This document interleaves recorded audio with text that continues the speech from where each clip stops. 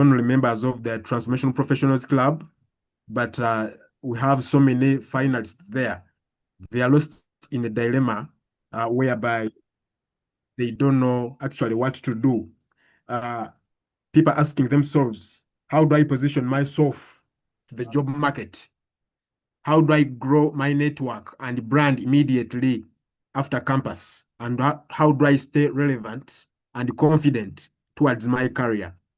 Uh, so many people are asking themselves, what if I don't land a job immediately? And how do I stay relevant and confident? All those are actual questions in our minds. Some are saying, how do I balance earning a living with building a meaningful life?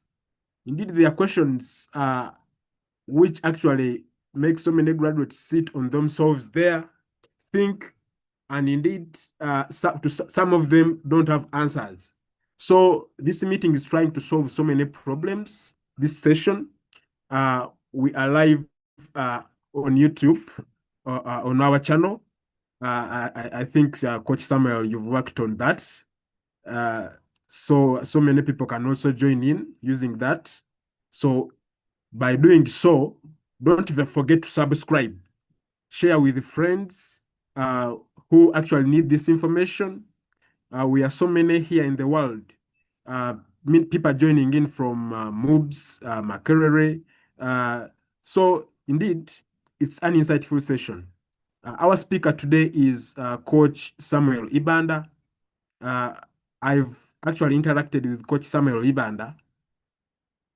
Sometime I met Samuel when I was doing my internship at KPMG Uganda.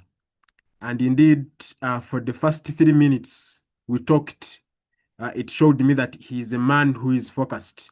He's a man who knows what someone can pass through in order to succeed. And good enough, I did my BCom accounting, and when I searched through what the course which Samuel did, Samuel also did BCom accounting at MOOBS. So I saw someone who actually has similar goals with actually what I had, and someone whom I can easily look on to in order for me actually to have an insightful eye of where I'm going. So Samuel Ibanda is a career growth mentor. He is actually the foundation president, the founder, president of the Transformational Professionals Club. He is a global speaker and a trainer, a financial management expert. Based on the information actually we have, Samuel Ibanda has worked for so many companies. Right now, his current role is he's a manager, international development advisory with KPMG East Africa. When we were doing my internship, when I was doing my internship there, me and my colleagues used to call KPMG an employer of choice.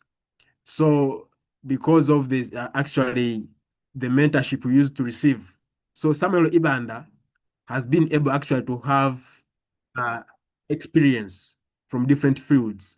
So Samuel has experience in the areas of consultancy and capacity building. He has worked in different companies. Imprint Uganda, he has worked with Vodafone, has worked with Alliance One International.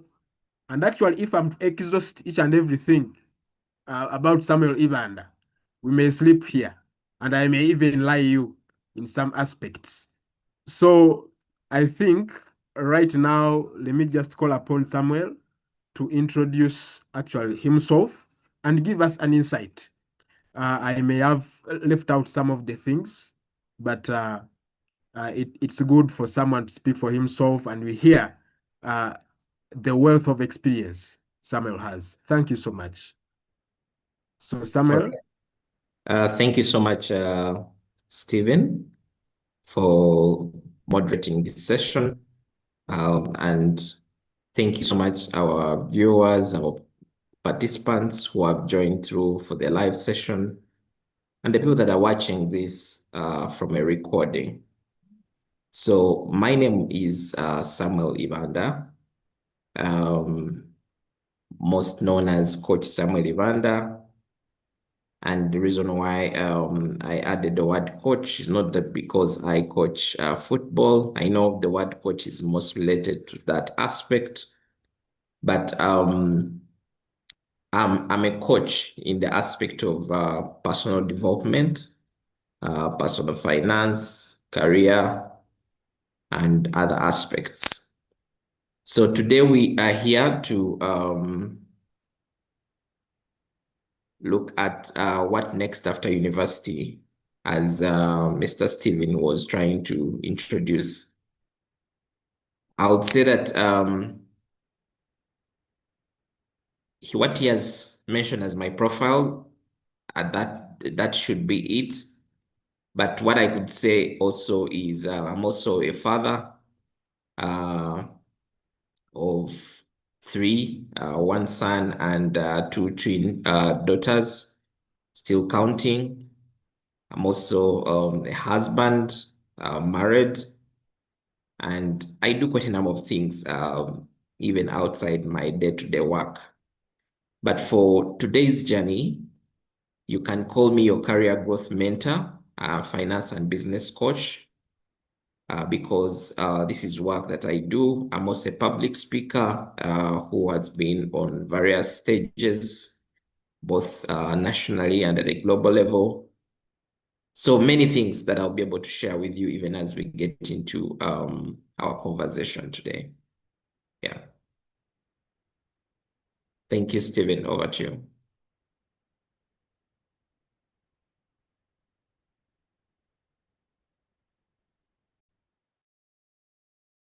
Stephen, you're on mute. Thank you so much, Samuel, for that good insight. Indeed, learning is going to take place. To start off, indeed, let me start actually by posing some good question. Specifically, you've passed through this as a man who has actually passed through different lines at campus. You've actually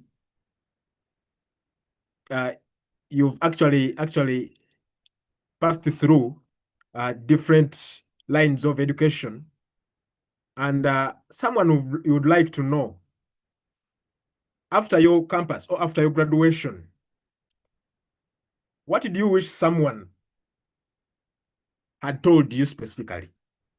That's my question, which I would want to understand from you. Maybe if you look through yourself, what did you wish that maybe someone had could have told you to do?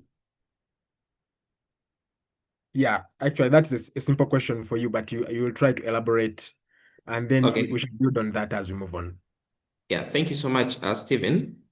So to give you context, I finished my last exam in May 2014, which is about 10 years from now. And if there's one thing that I wish I knew well, I was getting out of university, um, I would say that I wish somebody told me that life will not be a straight line, but you would definitely be able to make it no matter the circumstances. And why do I say this is because when we are going through school or university or college, we look at life to be more of a straight line because you go to P1, study, every year you're moving to the next class, and you get to university, they tell you have 3 years to study, you have a number of papers, and there's a formula to passing whatever level you want to get to. They tell you when you read hard, ABCD. Now, life outside the academic structure, the day-to-day learning of somebody who is at school is so different from how life outside school is. Why? Because today I will go to school and study with Stephen, but when I get out, Stephen will get a chance to get into a multinational organization. I may not get a chance to get into a multinational organization. Another person may struggle to even find a job within about 5 years, but that does not define success for anyone because our beginnings, although different, do not in one way or the other dictate how our end shall be. So if there's one thing that I wish somebody told me, I think that would be because I think getting out of university, I had a lot of anxiety because I felt that life was going to be straight. I thought that the good grades that I had gotten from university would pave the way directly for me into finding a high-paying job. As a top student, as somebody who went through university as a top student, one who was leading, and I felt that life was going to be in a straight line, the way it has been always, that the good grades would make way for me, which did not really come through. So I wish somebody told me that it is okay to start from wherever you start, but that does not define the end. I hope, Stephen, I answered that question rightly. Yeah, thank you, Samuel.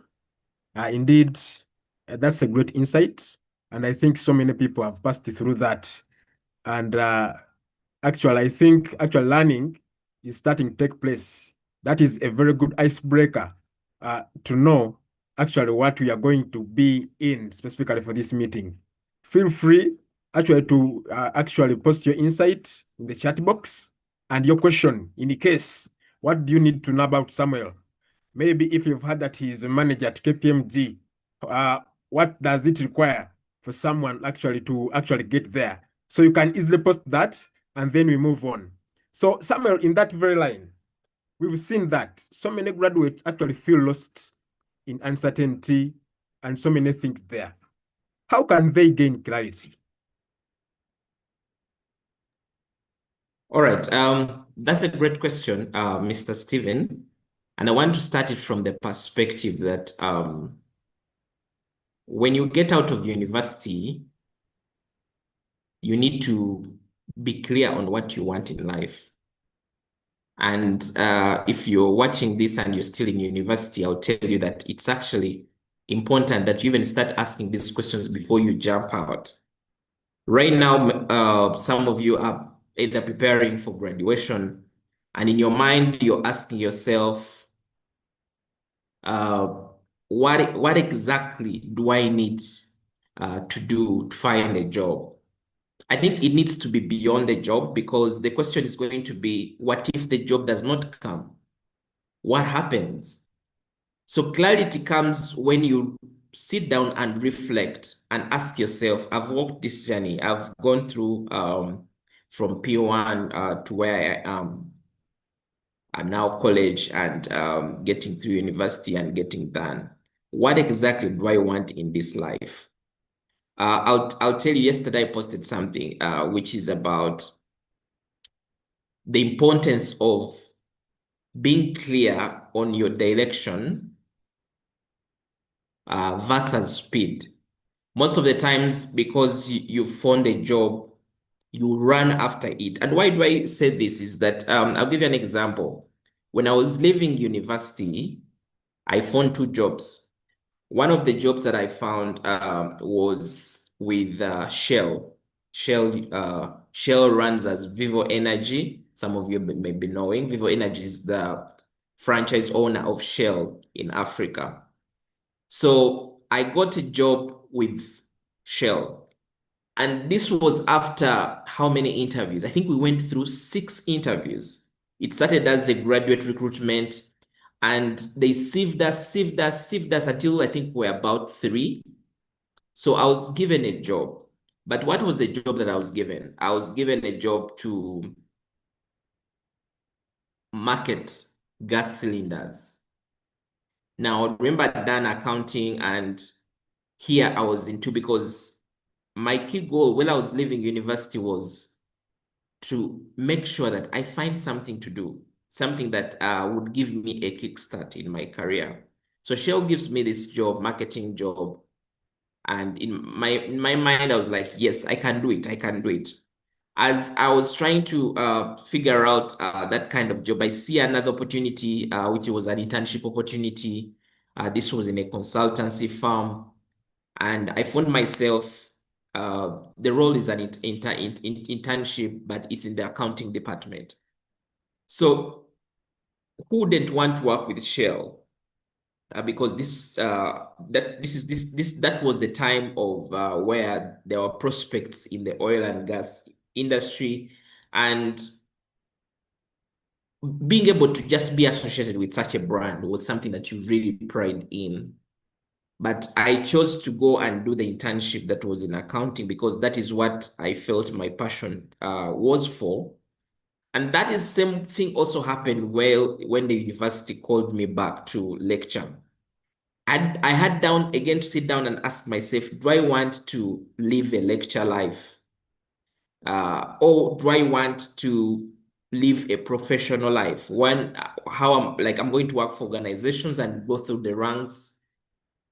What exactly do I need with my life? And then I had to let go of the lecturing job because I felt my career was more installed from, I had more passion around normal accounting, day-to-day working in organizations rather than standing before students to teach them. Although still, of course, there is what we call passion, but there is a key saying that passion does not feed you. So somebody who is leaving university, your clarity is not just about your interests and likes as an individual, but you have to look beyond and say, the decisions I'm taking right now, how do they influence 5 years from now, my life 5 years from now? Because in most cases, we do a lot of bandwagon. Like I've told you, when you leaving university, you've been studying with your peers. So there are certain things you like. When you hear Steven has moved to this organization, you also want to run and get there. You want to do things the way your colleagues are doing them. And this is because school has taught you this kind of mindset that you have to move at the same pace with your friends. So this affects you. Now, when you're leaving university, the key aspect for you is to understand that this is now a unique journey for you. You're now in a school where you are the only student because it's your life. My life is not going to mirror Steven's life, or it's not going to mirror Charity's life. Each one of us are going to have a totally different school of life because our day-to-day is going to vary.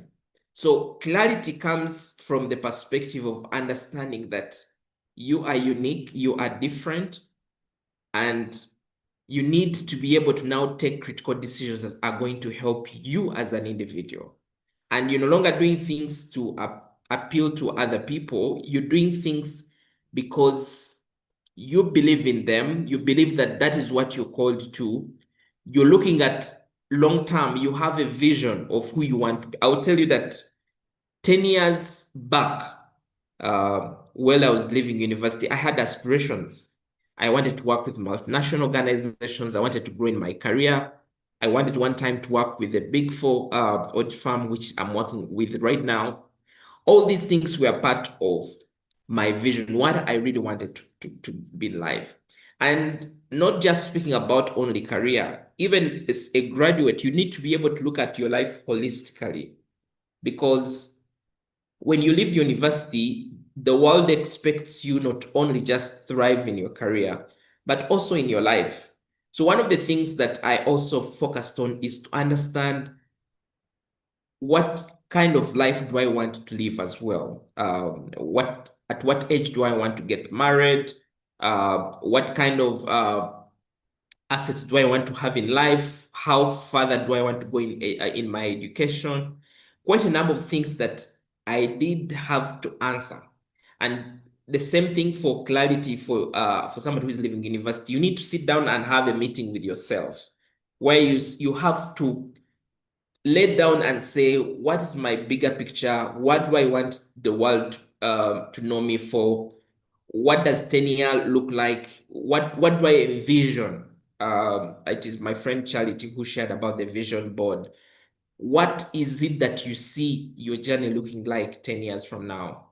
Now, of course, like I told you, and as I'll share continuously, the journey is not going to be straight. But if you do not know where you're going, it's a problem. Because at the end of the day, you can't get where you're going without being determined about that journey. I'll tell you, this morning, yesterday, about 2 days, about 2 days back, I received a call inviting me somewhere. So it so happens that the invitation comes through when I'd already scheduled this meeting to be able to speak to finalists as university students. And I have to be in this place at that time when I'm needed. But then I have this program I'm supposed to run. But because my vision, I already had clarity on what I wanted, I was able to plan through and say, okay, I'm going to have the session first. And once I'm done with the session, I need to get going to be able to attend to this invitation as well.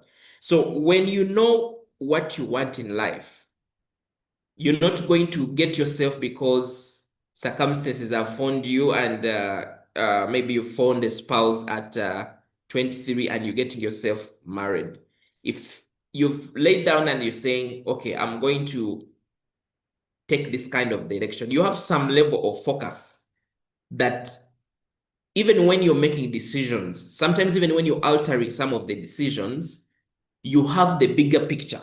You may not have to stick to everything as you've laid it down because life is not a straight journey, but at least you know the end result.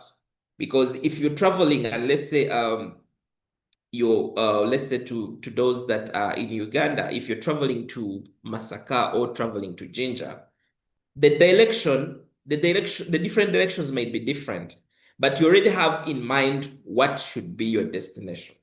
So when it comes to clarity, that is what I can really say, knowing what you want in life and also being able to reflect how your journey has also been previously. I think that really makes way for you in your journey. Yeah, over to you, Stephen. Thank you so much, Samuel, for that. Indeed, learning is taking place, and we've picked so many actually things. Actually, when you've talked there, uh, uh, the main thing here is having a vision. I've picked that so well. So, comrades, graduates, we are speaking some good insights. Make sure that you note down what you're picking. My notebook actually, I'm right now in 2 pages. So if yours is still actually you've not yet written something down, indeed you're not actually serious. But try to actually boom up and you try to actually note something. Since learning actually we are still learning so many things. Uh, we actually will move on to welcome others, those people who have just actually joined on in this meeting. This is actually a meeting which we've been waiting for as graduates. What next after university? So many graduates, so many freshers. We are freshers in this world. So we are still asking so many questions. And in the chat box there, we are seeing so many questions coming in. I think we can answer them after uh, a very good analysis of each and every concept we are supposed to cover. How do you see that, Mr. Samuel? Okay, pardon on that. I think we can answer the questions after maybe finishing each and everything we are supposed to talk Yes, about. yes. Yes, that one can work. So Okay. keep questions coming in, Okay. comrades. I'm seeing so many questions coming. If you're lost somewhere, indeed, try to post such that we can easily answer each and every question after this session, at the end of the session. So, Samuel, we've seen so many things there. Having a vision, according to what you've said to us, having a vision, uh, trying to position ourselves. But this one requires so many things. Remember, we have little experience with us. So many people would like to know, how do I grow my network and brand? It's a question actually which I picked from your insight on LinkedIn when we are trying to actually introduce us for this meeting. And actually, it interested me so much. How can I balance my network? How do I grow my network and brand immediately? And how do I stay relevant and confident, irrespective of the little experience I have in the field? Samuel, are you on? Okay. Thank you. Yes. Can you hear me? Yes, I can hear you. Okay. Yeah, thank you so much. What I would say is, and again, you ask a very, very critical aspect, your brand. Now, when you leave university, one of the things that you live with is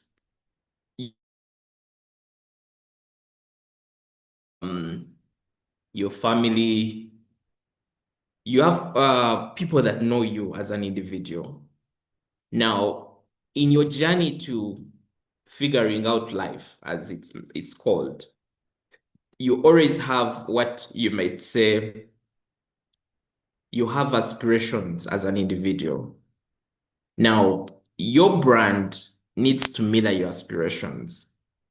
If at all you're a career professional, you want now the world to start seeing you in that kind of direction.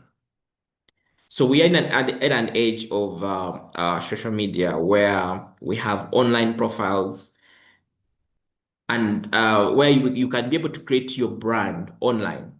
But you should not also get off the brand, your offline brand, because I want to say that when somebody says brand, I just want to simplify this for some people.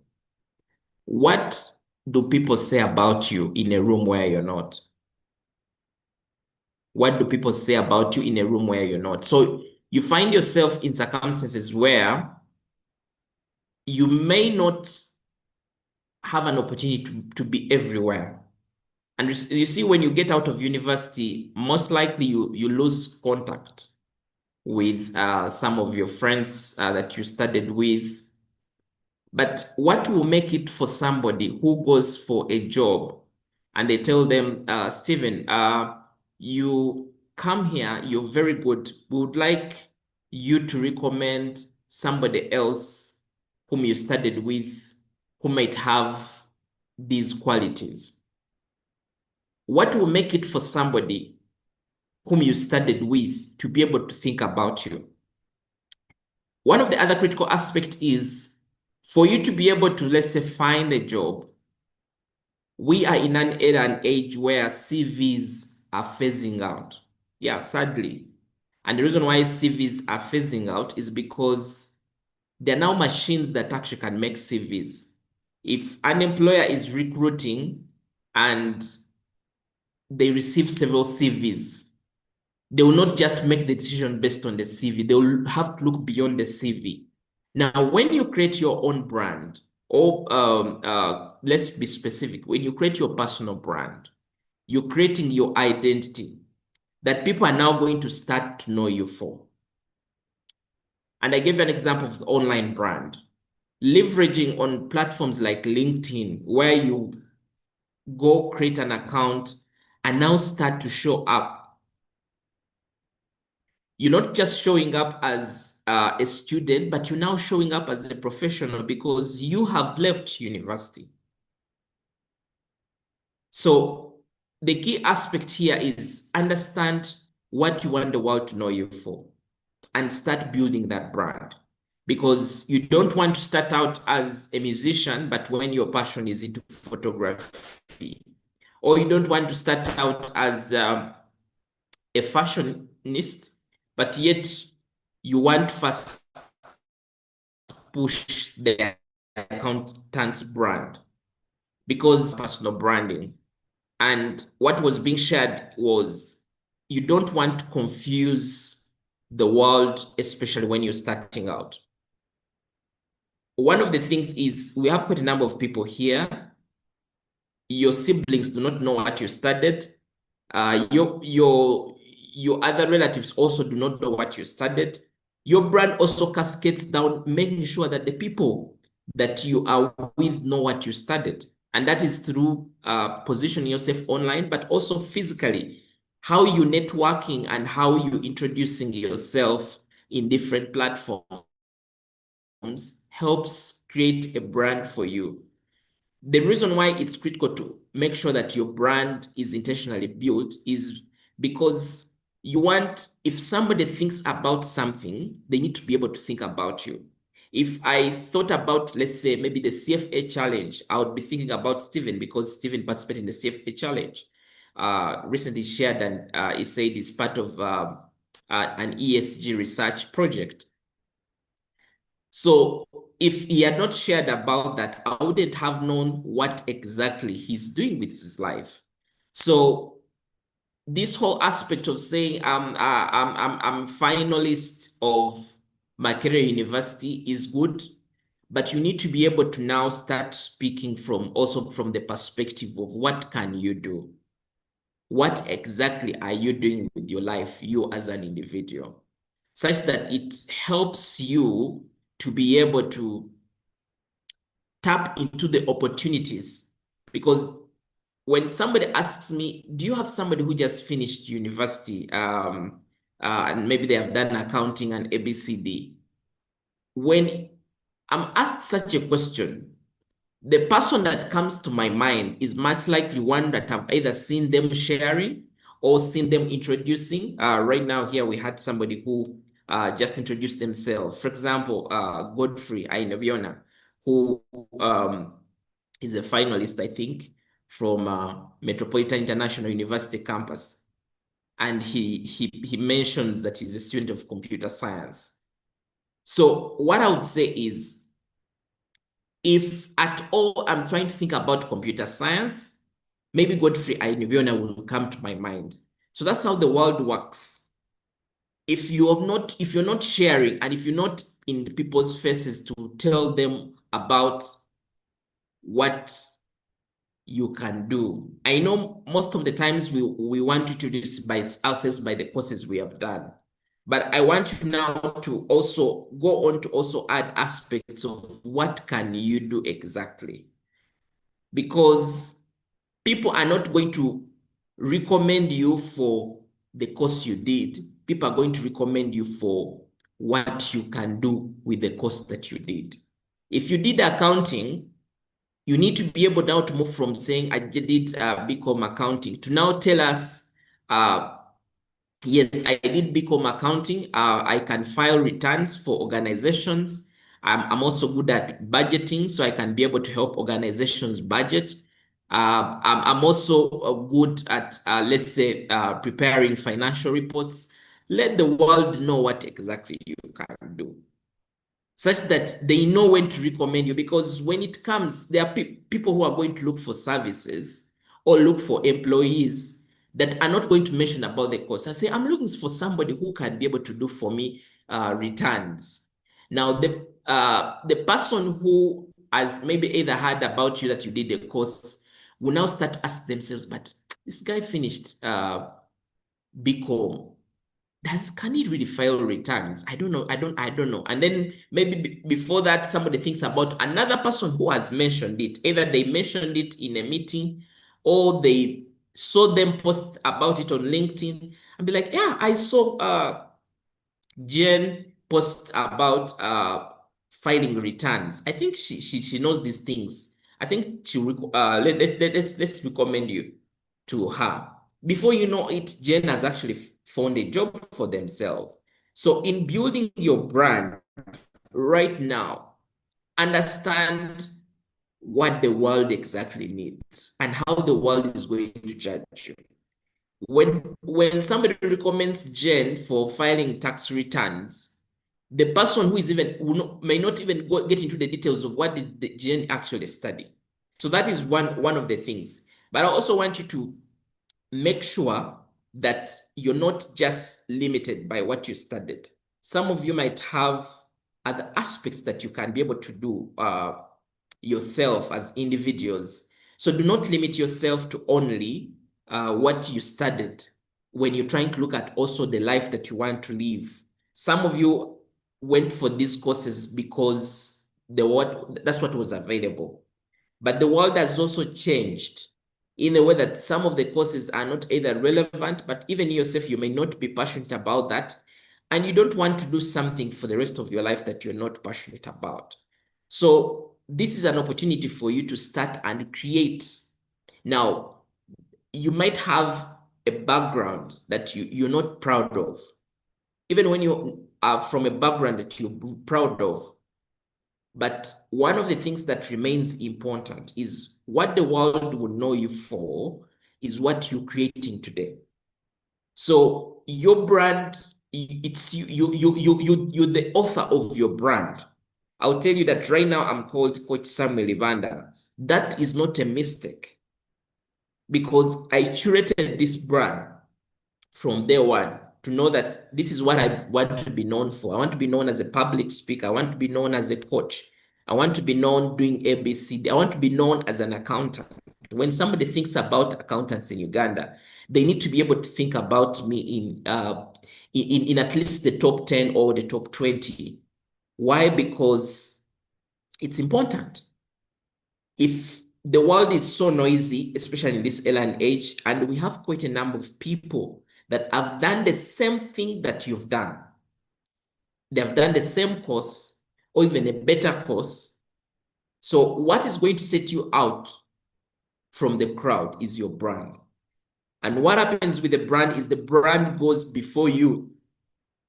The brand, before you even get into rooms, people have started mentioning your names and like, "Ah, that guy is good. You need to take a chance on this guy. You need to try out this guy's products." And before you know it, the brand has taken you places. So that is what I can comment on the aspect of brand, Mr. Steven. Yeah, thank you so much, Samuel, for that insight.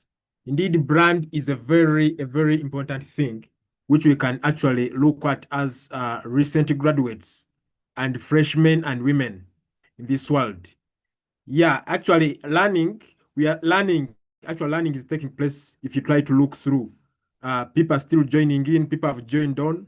We don't take this for granted.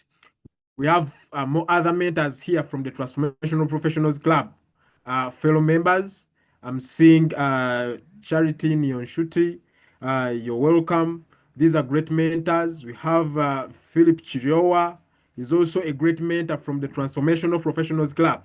So just to know, the club is a resourceful one, and we are enjoying specifically. I joined this club from inception.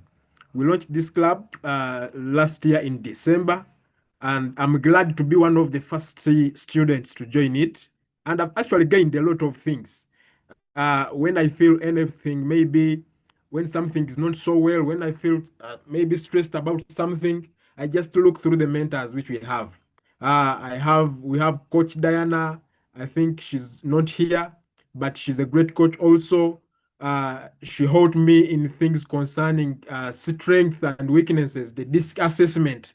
So just to know, from the Transformational Professionals Club, I'm enjoying. So don't let me enjoy alone, comrades.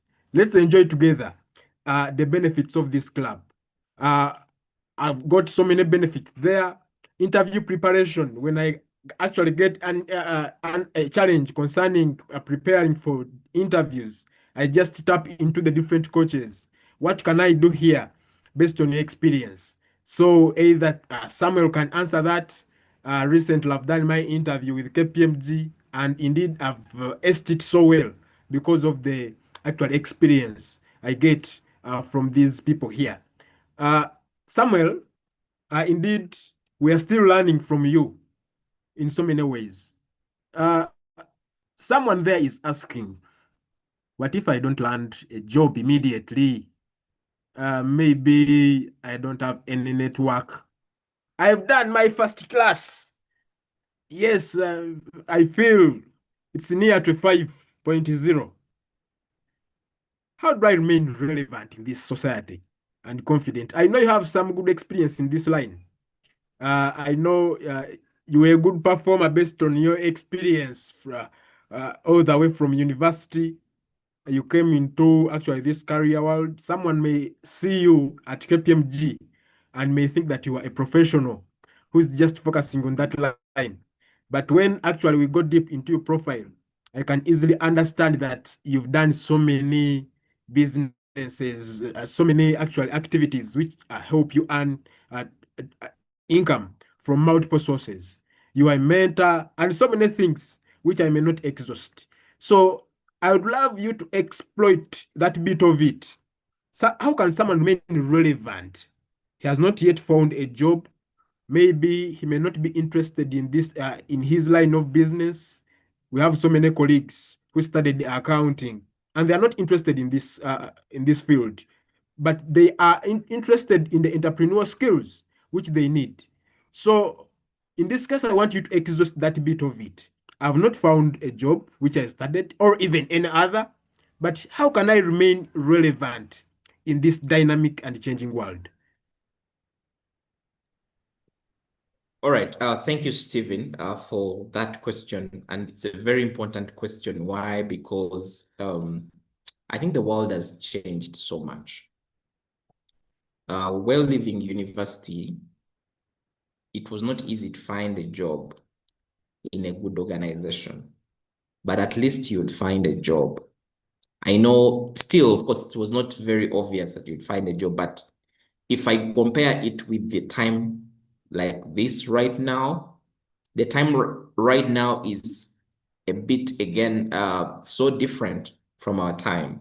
Of course, our fathers, for them, they had a chance because once they left university, the opportunities were there to be able to do whatever they need to do. But right now, it's a bit different because you can go to university, study, and have a first class and fail to find a job. Now, it's not even about the grades, because I'll give you an example. When I failed to enter KPMG, which was one of my dream employers, somebody who had a lower degree, I think it's a second class, it was second class up, I think still, was able to find their way into employment into that organization. And I didn't get a chance. When you leave university, it even gets off the grades because the world does not just look at your first class or second class upper. The world is looking at things differently. It's about how you're able to express yourself and defend whatever you studied. The world is also looking for people who have built networks, because some people are not going to get jobs because of their grades, but they're going to get the jobs because of who they know. And that is something that is not changing. That is something that has been around. And that is something that is even getting more even as we proceed, because as the opportunities become so few, means that it is more than just having the good grades. Now, when you leave university, one of the things that is in your mind is to find a job. And this is not an issue because much likely you have either studied, and this is what your teachers have always told you, study hard such that you can get good grades and find a job. But what happens if at all that job does not show up? What do you do? Now, one of the things that I mentioned when we were starting is how you begin does not determine your end. And there are people who take the direction of business and turn out to do so well than the people who took the employment direction.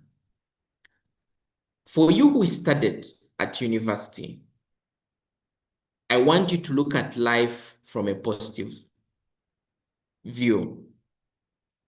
Do not just look at yourself as just as an employee, that if at all employment fails, you are nothing.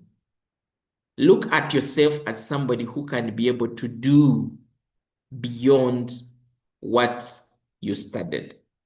One of the things that I encourage you as someone is let your degree not blindfold you that because I studied this degree and I have this number of grades, I cannot get myself into selling.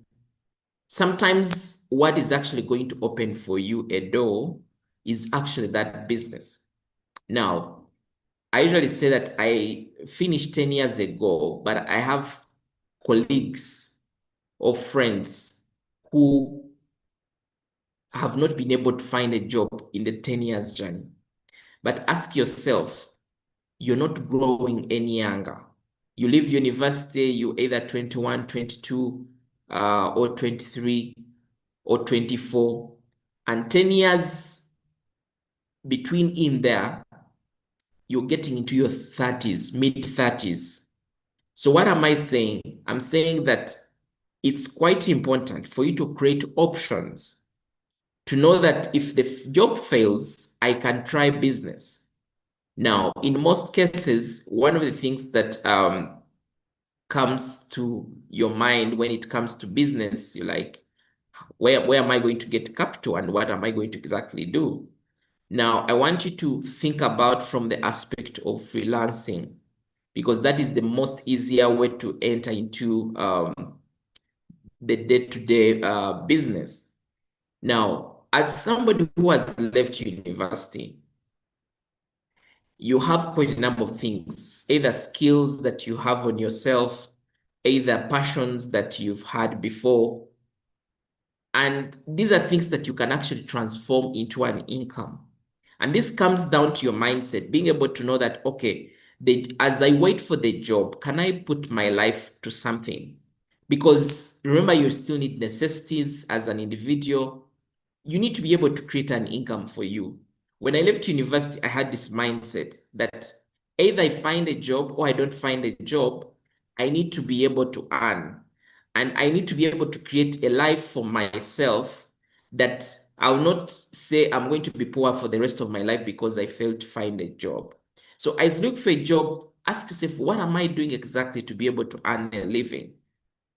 And this comes down to getting yourself even off the course you studied. Because I'll tell you, I studied accounting, but some of my first work was in photography, was into graphic designing, something that is totally off what I studied. Why? Because when you leave university, the world does not want to explanations of what you studied. Again, the world wants to know what you can do.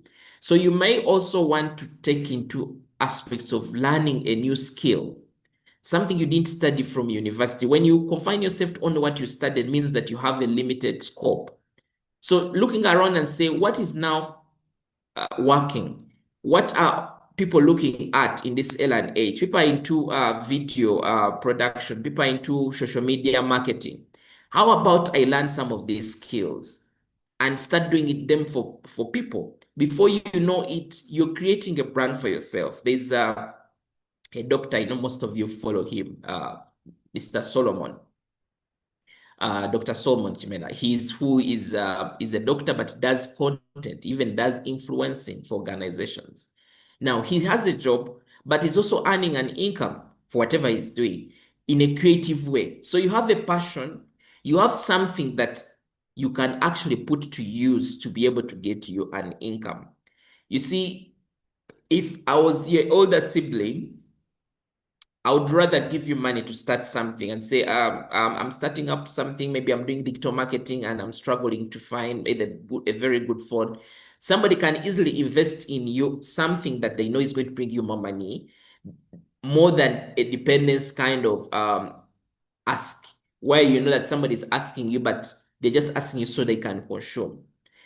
Being able to come up with something, either leveraging on what you studied, if you're an accountant, knowing that, okay, are there organizations that may need filing of their returns, tax returns? Can I go on to learn these tax returns and know what to do with them? If you studied computer science, you're like, can I learn web designing in a better way that I can be able to actually attract some clients that may need their websites to be developed.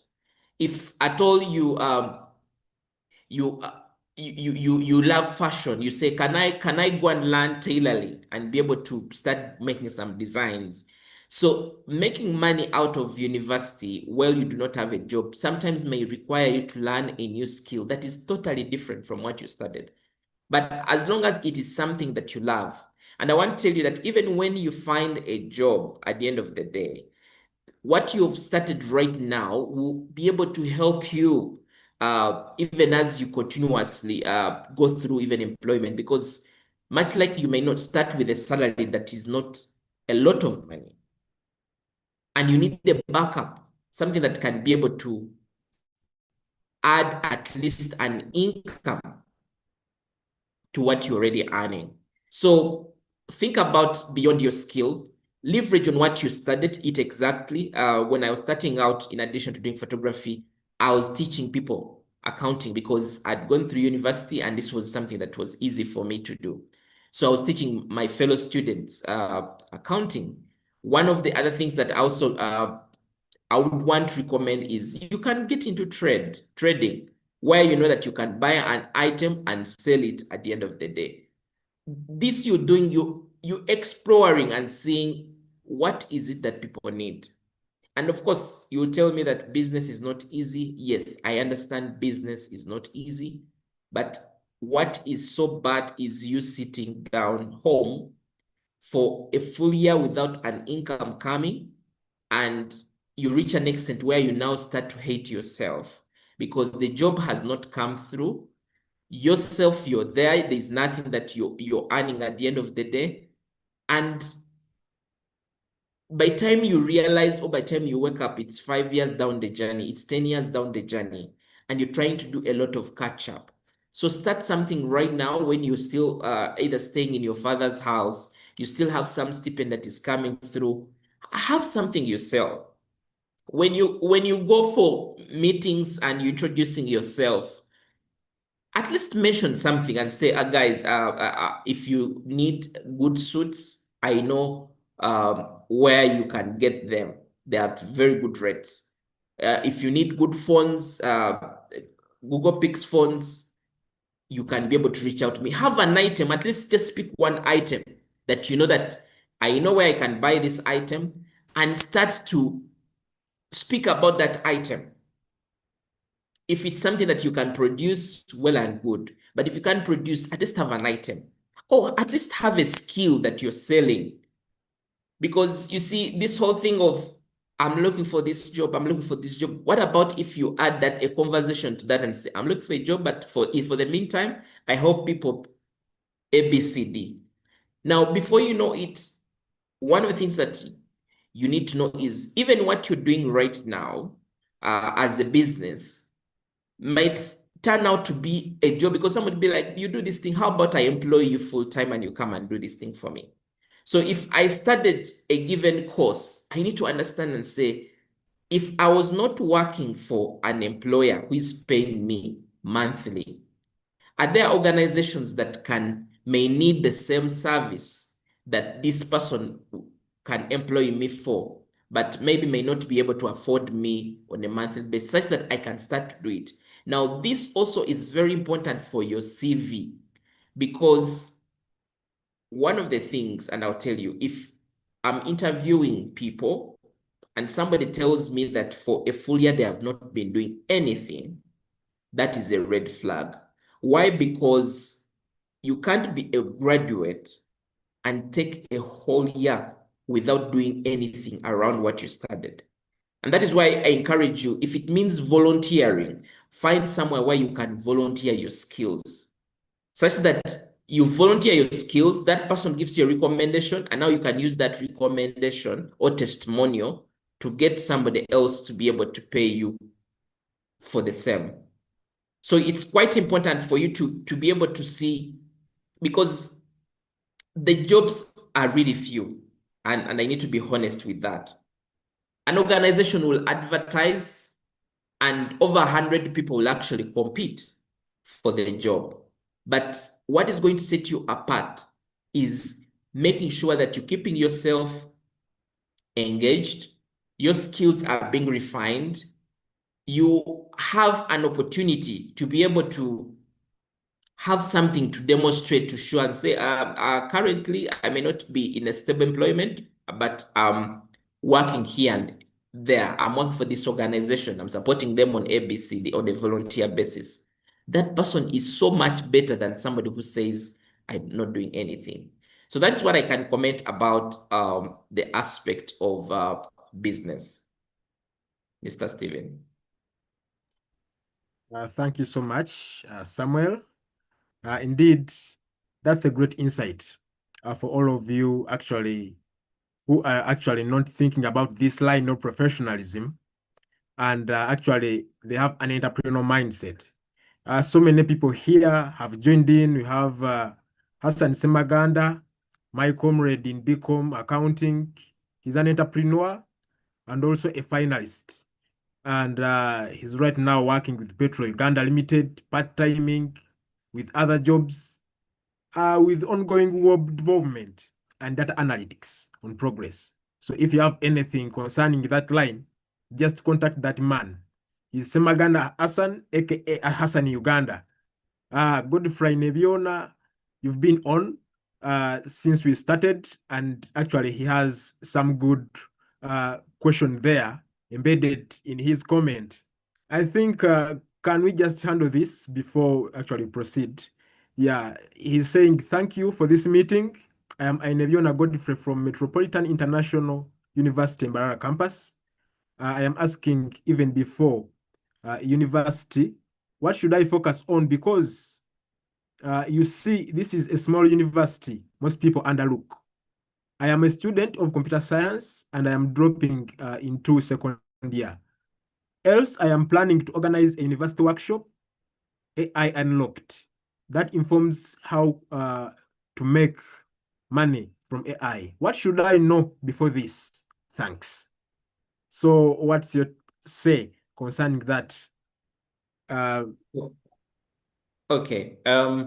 What I would say in response to this question, and thank you so much, Godfrey, for asking.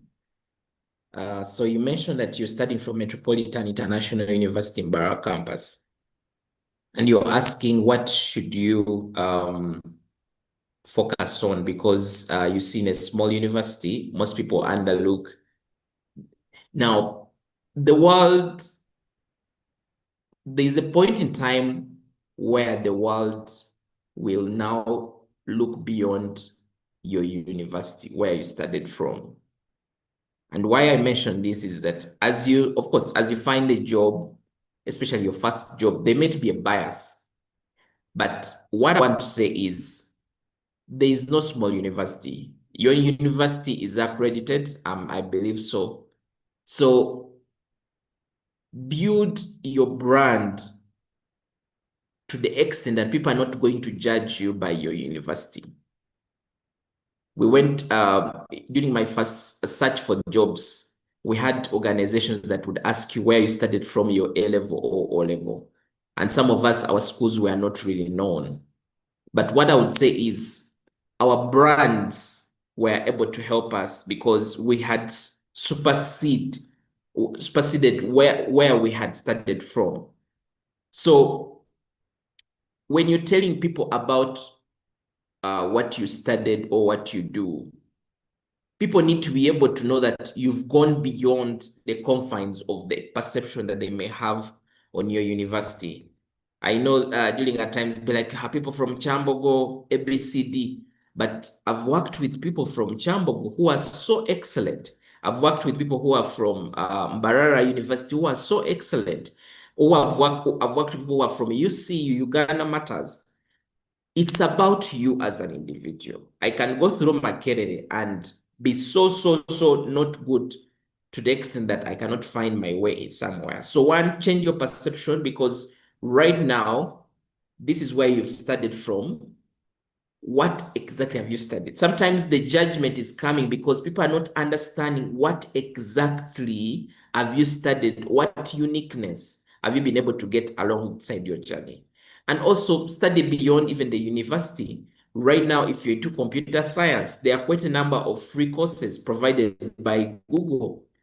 When you when you mention, let's say, where you studied from, and you're adding on some of these other certificates you've done, somebody even gets off the mind of the university and now starts to look at you as an individual, because they now see a focused person, they see a determined person, they see a knowledgeable person, they see a skilled person. So that is one of the things that I want to really say. And you're saying that I'm dropping into second year. Else, I'm planning to organize a university workshop, AI Unlocked, that informs how to make money from AI. What should I know before this? So this is a great initiative, Mr. Godfrey. And right now, of course, we know that AI is at the stage where everyone is speaking about it. So this is a good thing that you can be able to organize within your university, and it can create also a brand for you, because at the end of the day, the skills and whatever you're going to acquire while organizing this, the leadership, all those attributes so fit into your brand as an individual. And this is also for those that finished university. One of the critical or most important aspect of you is the experience you either obtain from your internship, as well as the experience that you also obtain from the social clubs that you were a part of. Because at the end of the day, you may not have experience, which most people say, I don't have experience. But at least one thing that you do have is that you've been doing previously, either as a student leader, either as part of a club, either at your church.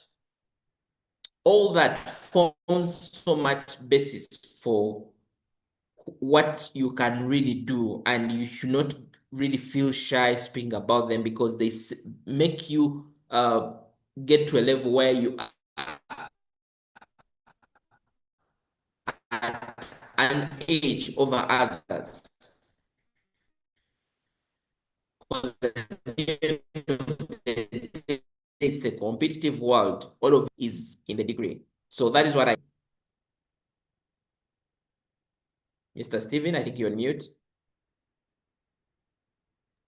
Yeah, thank you so much, Samuel, for answering that good question. I think, Mr.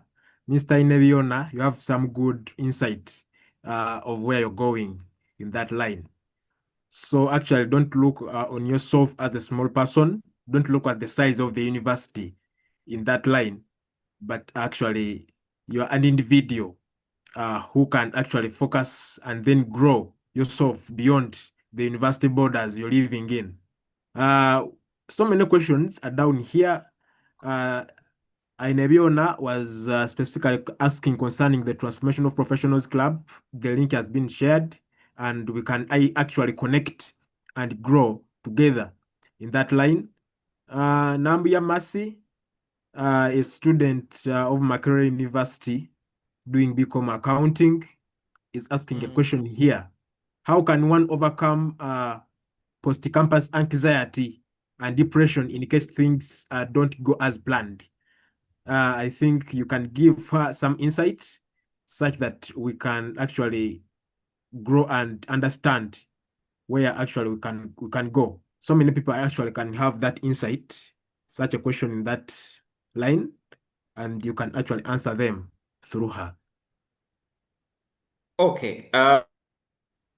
Thank you so much for that question. I think what I would say is, yes, I know there's a lot of anxiety that comes, especially when things do not go as planned. But what I would say is, I mentioned something and said, your start does not determine your end. Your beginning does not determine your end. So what this means is that you can actually become successful even if you have started at small from where you are. Now, it's very common that we get mental issues or depression because we think that life should be a straight journey. But one thing I can say is life is not a straight journey, and you'll find there are people who start in good organizations and somehow they'll move.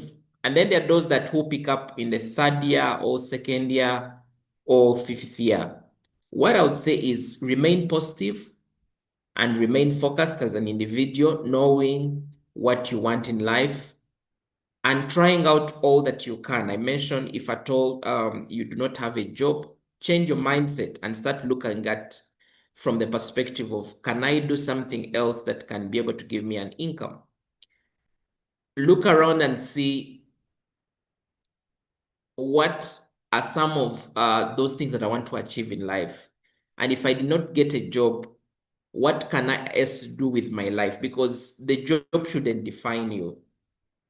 Most of the times why you be in depression is because you think that because you failed to find a job, your life depends on it, and that is the end of you.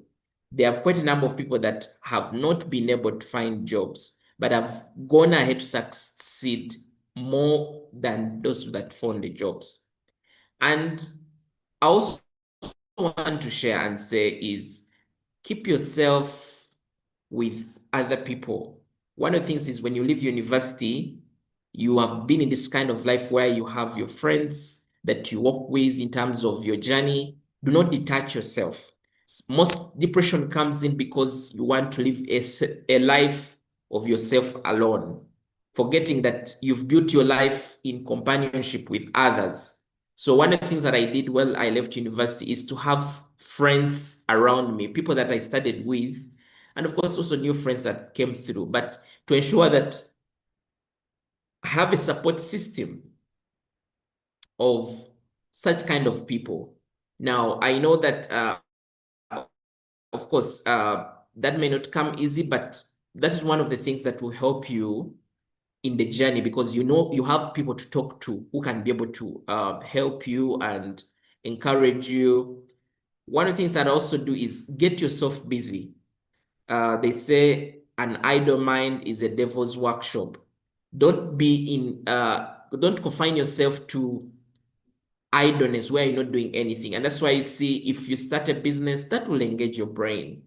If you engage in a community activity, participate, that will engage in your brain. Find something that you do that you can be proud of as an individual. I'll tell you that once I used to do graphic designing, I'd look at some of the work I've produced and yeah, it was good work.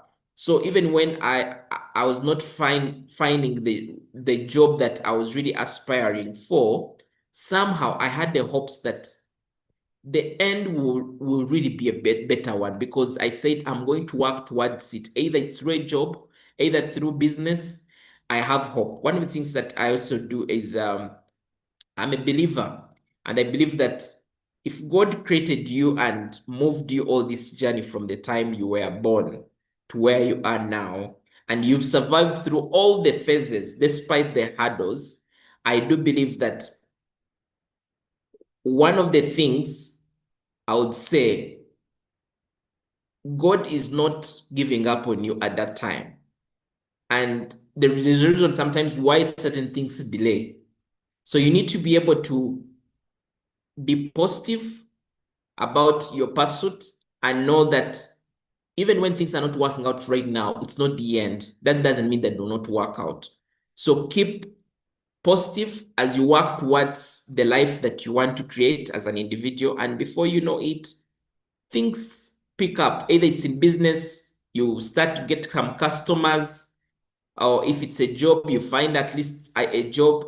Because when you're positive, you create a ground for your mind to be able to tap into opportunities. Because I'll give you an example.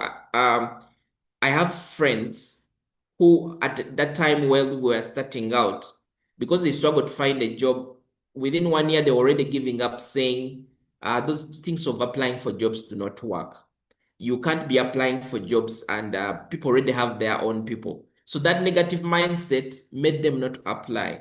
And before you know it, no opportunities will come through because you're not applying. Myself, I've worked for now 4, 5 organizations, but I'll tell you that most of my opportunities, if not all my opportunities, have come from me applying through online. I see a job advert, I apply, I present my best self, and before you know it, you're being invited for an interview and you're being given the job. So what I would say is, for you who is listening to me, the world may not be treating you well, but that does not mean it's the end of the world for you. This year, things may not be working out, but that doesn't mean that next year they will not work out. I have a strong belief that as long as you're doing your best and trusting on the Lord and making sure that you're not lazy, you're not giving up on circumstances, some more things will work out. So I just felt I needed to share from that other perspective that it's not a straight journey. And I would lie to you that if it's been a straight journey for me, I struggled. My first job, I was earning 370. I had that I earned that amount for some months, and here I was pursuing my professional qualification. I was doing quite a number of things. I had needs, but I was surviving through. But one of the things that I had is I had the hope, and I was also working towards it. I kept on elevating my skills because even with the job that was paying me a low amount, that did not stop me from upgrading because I believe that the upgrading was what was going to bring me what I would say a better job. So knowing that the situation you're in right now is not the end in itself, but also working towards bettering yourself to make sure that you're not just remaining in that deep end, but you're working on yourself every day to make sure that tomorrow finds you better prepared, tomorrow finds you a positive person, tomorrow finds you in a better way. That's what I can really say. So over to you, Mr. Steven. Thank you so much, Samuel.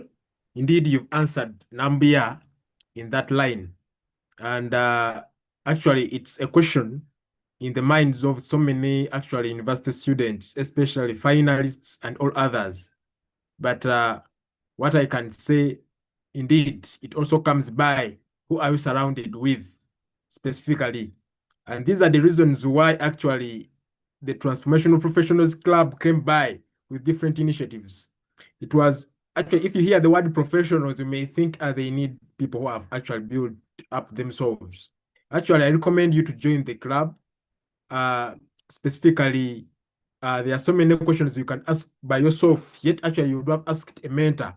So by joining the club, you have your mentor there. There are so many mentors around. People have so many skills. Actually, they can actually uh, go with you through the journey of stress, anxiety, and actually you can end up actually finding yourself solving your problems. Uh, so many questions are coming in. Samuel, I think we can actually answer these questions such that people can become very much satisfied. We have a question here from Sentong Isaac. Is doing is a diploma holder from Bustema University. He's a teacher since 2018. He's saying that my depression comes with financial instability. I've worked harder to the extent that I discover a side income is necessary. I have some basics on IT. How best can I improve financially? So Samuel, I think you can give some insight. I think you had started actually trying to bring in uh, that aspect in the other question of actually looking on other side hustles, irrespective of the professional uh, or the course you did. But you can still elaborate on this to give us more insight in that line. Okay, thank you so much. And good to meet you, Mr. Isaac, who is part of this call. And I know, like you've mentioned, your depression comes with financial instability. where you've worked hard to the extent that you discover a side income is necessary. I really agree. In this L and age, even when you have a job, the income is not enough. So you need to be able to create alternative sources of income. You've said you have basics on IT. I would encourage you to boost those skills by leveraging on YouTube. And there are also free courses that you can find on Coursera, and quite a number of other courses that are offered by Google. You can even when you just Google free courses on IT, you'll be able to find them. But one of the things is learn skills that you know that you're going to put to use and are going to bring you an income.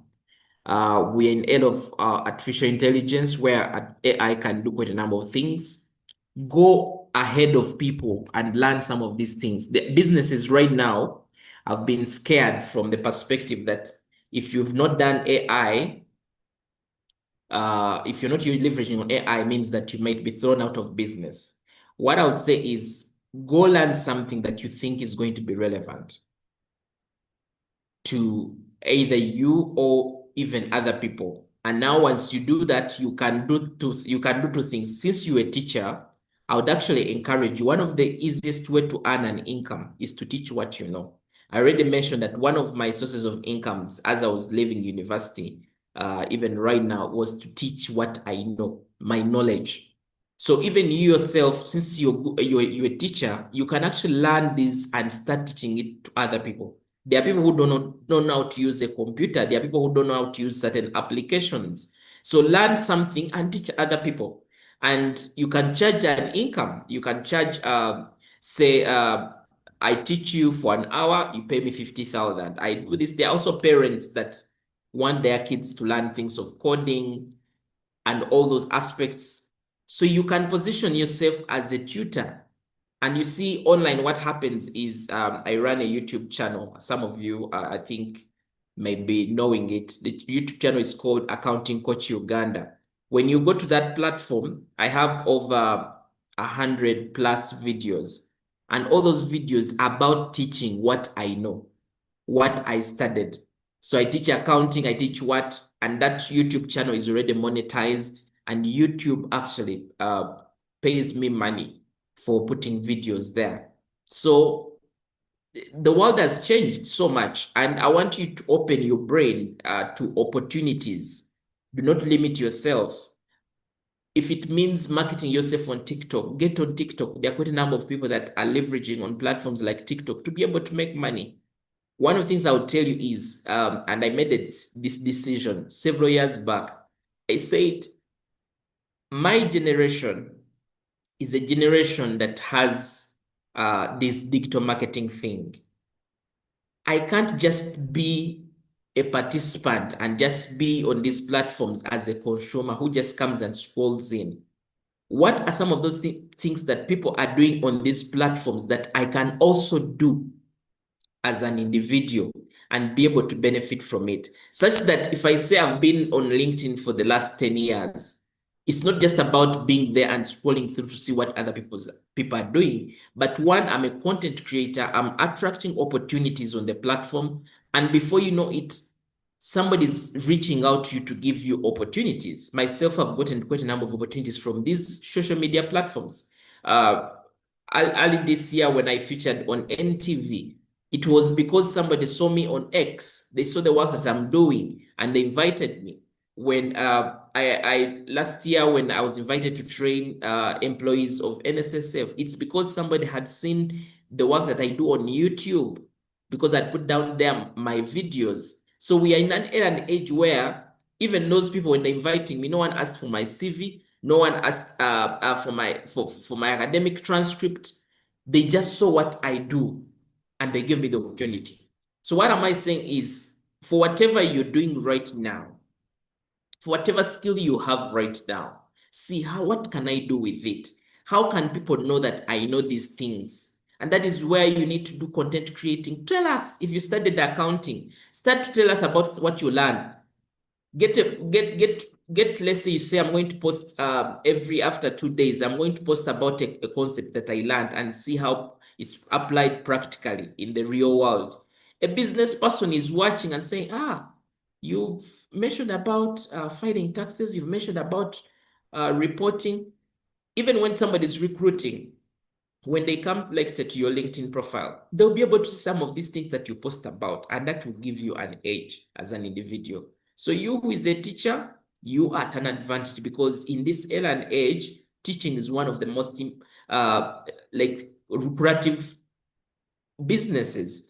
Teaching what you know. If you do not know something, learn. Once you learn it, teach it to another person. However basic you know, it's even for the basic IT you know, there's somebody who doesn't know that basic that you can actually teach them.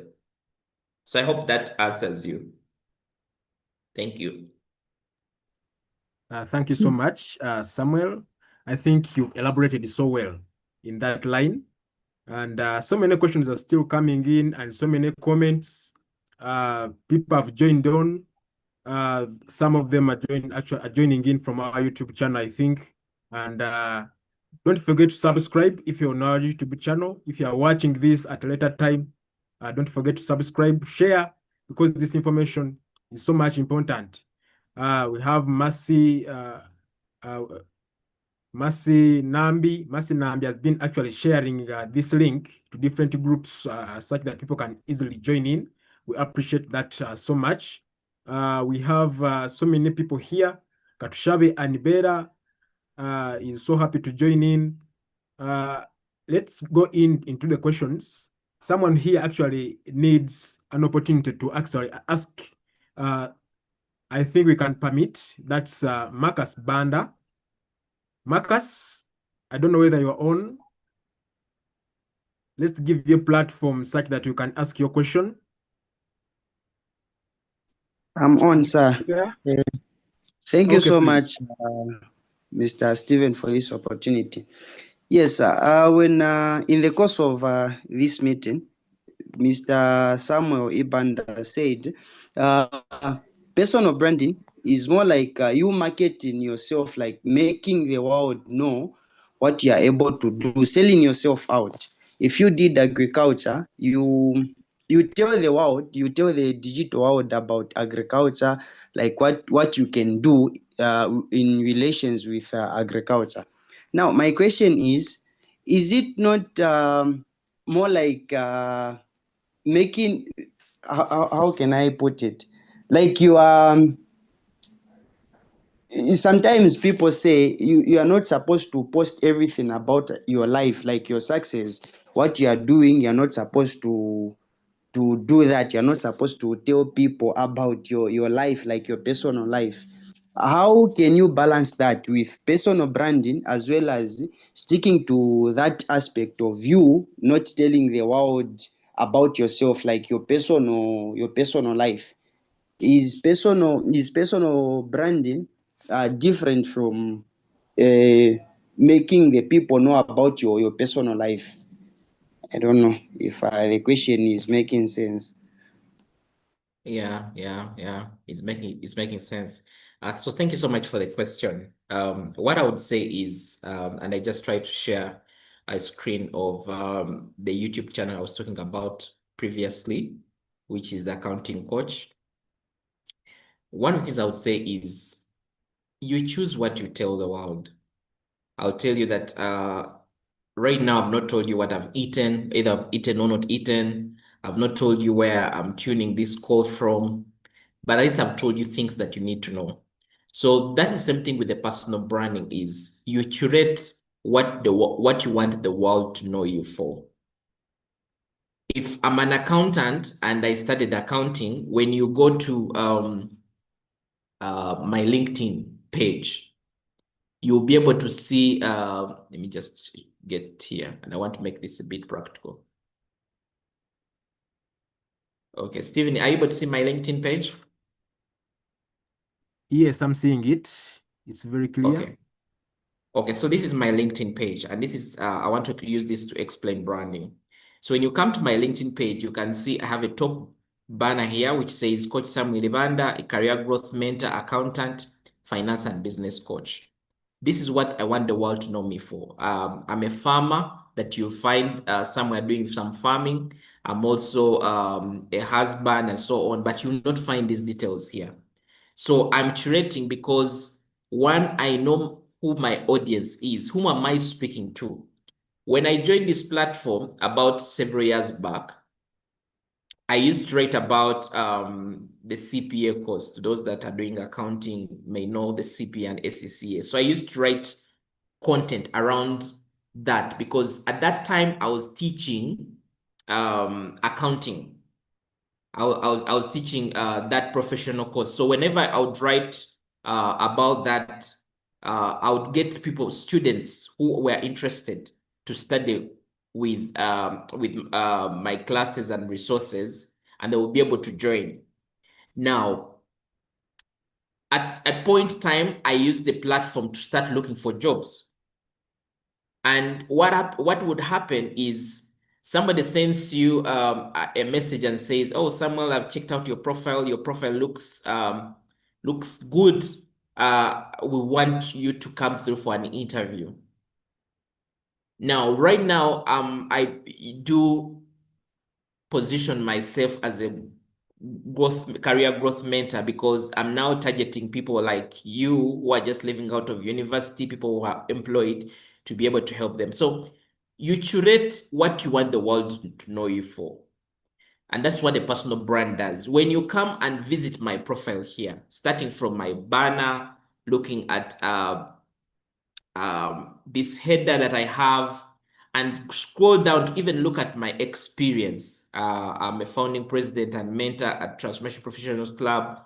I'm a manager at KPMG. Here you'll see awarded exceptional performer. You get down, you see I'm also a coach at Bucks Africa, where I've done this for the last 10 years.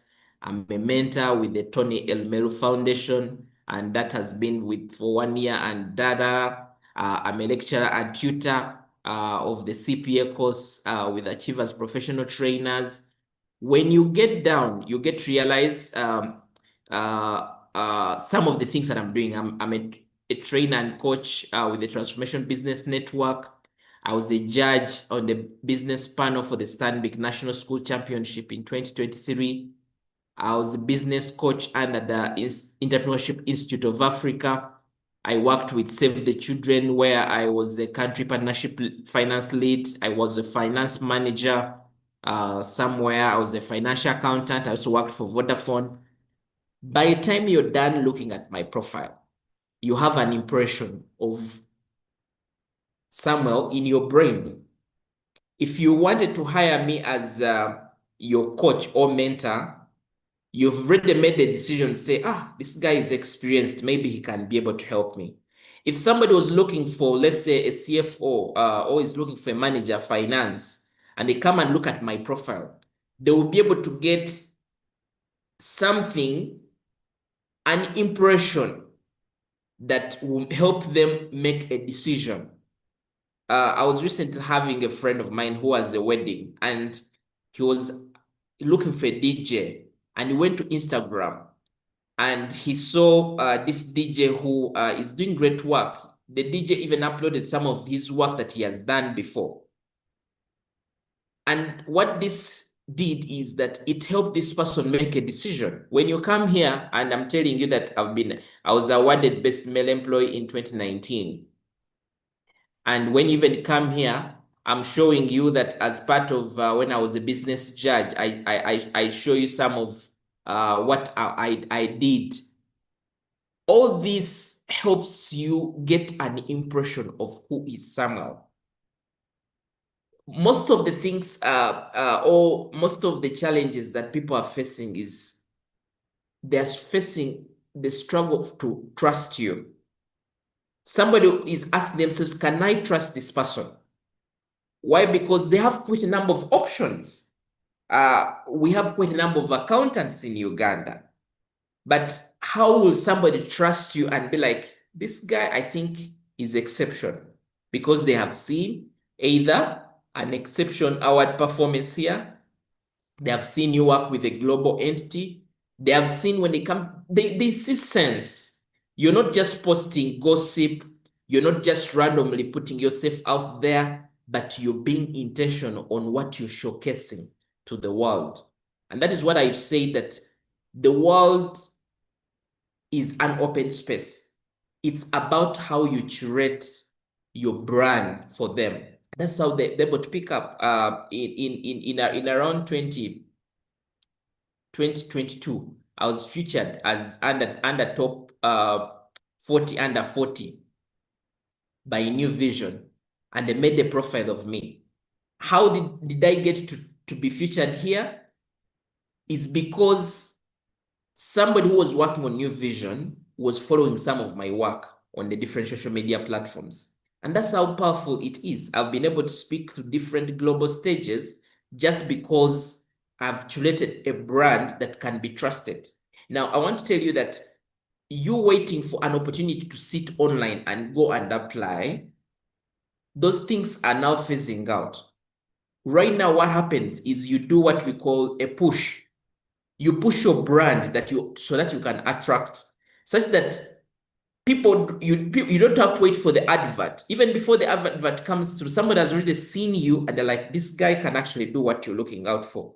And before you know it, this guy is actually being called through for an interview, or is being called through for a consultancy engagement.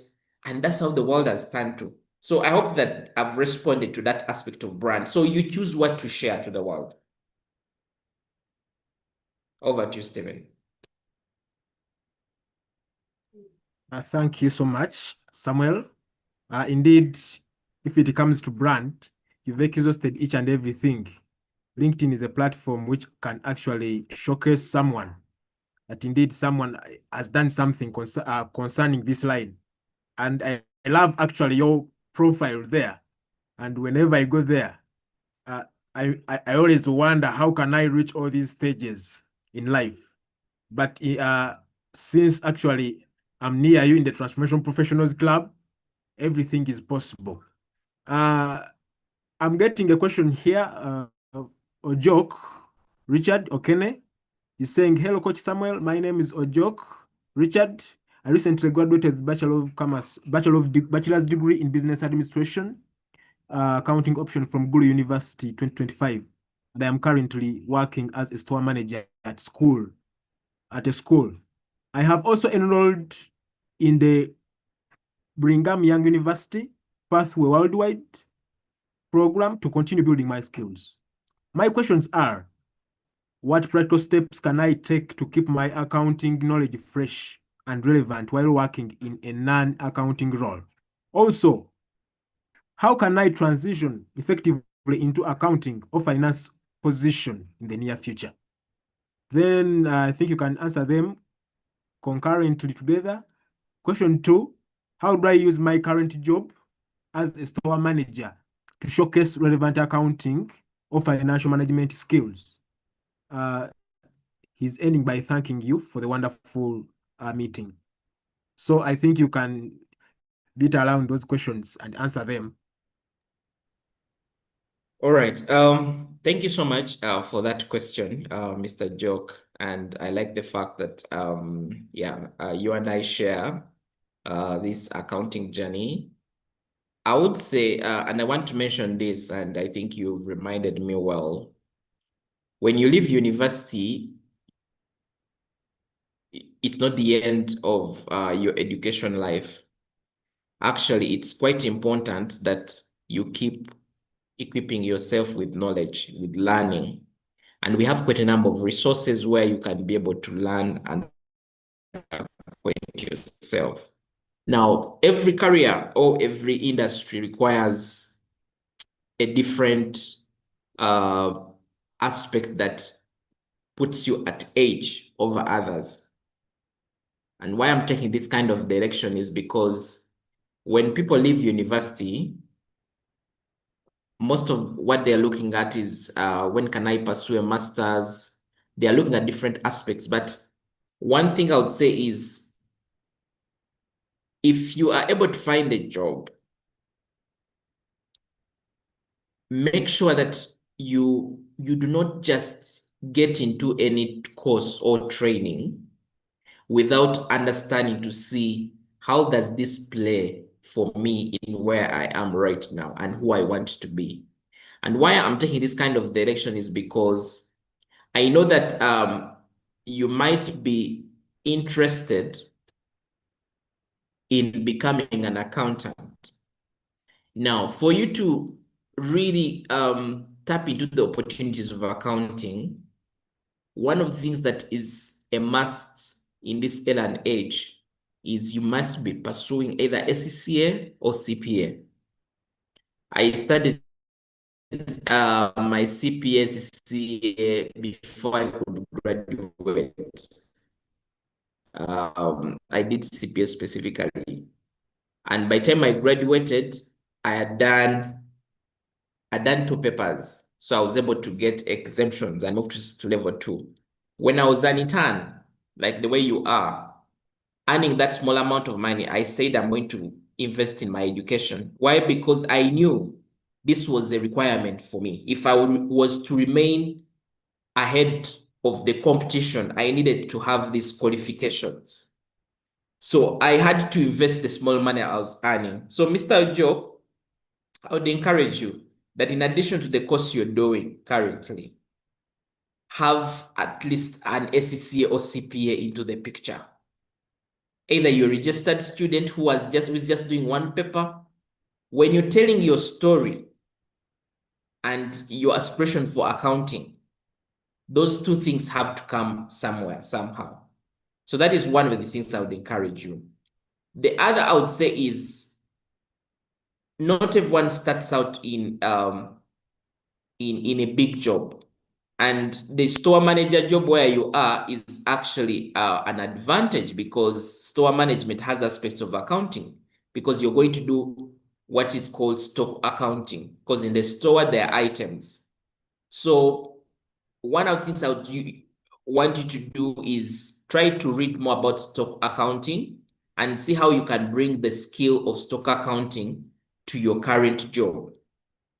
I also want to ask you that if you're in an organization that has, let's say, a finance department, I would want to say that it would be very good for you to create some time off your work in the store management to just curiously visit the finance department and ask them questions that can help you to be able to learn. You can even volunteer yourself and say, when I'm not doing the store work or when I'm a bit idle in the store, I can offer to help you enter invoices into the system.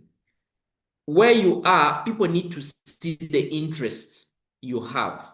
When I started out as an intern, I got an opportunity to be trained immediately to use QuickBooks, which is an accounting application. If you're an accountant, you need to be able to know at least 1 or 2 accounting softwares that you can speak about. I was able to learn how to file taxes. I was able to learn quite different things that helped me in a way that even it did not take me long to move from an intern to now become the accountant. So you need to understand what are some of those key skills that are needed for my role and what do I need to be doing. And that is what you now start to do.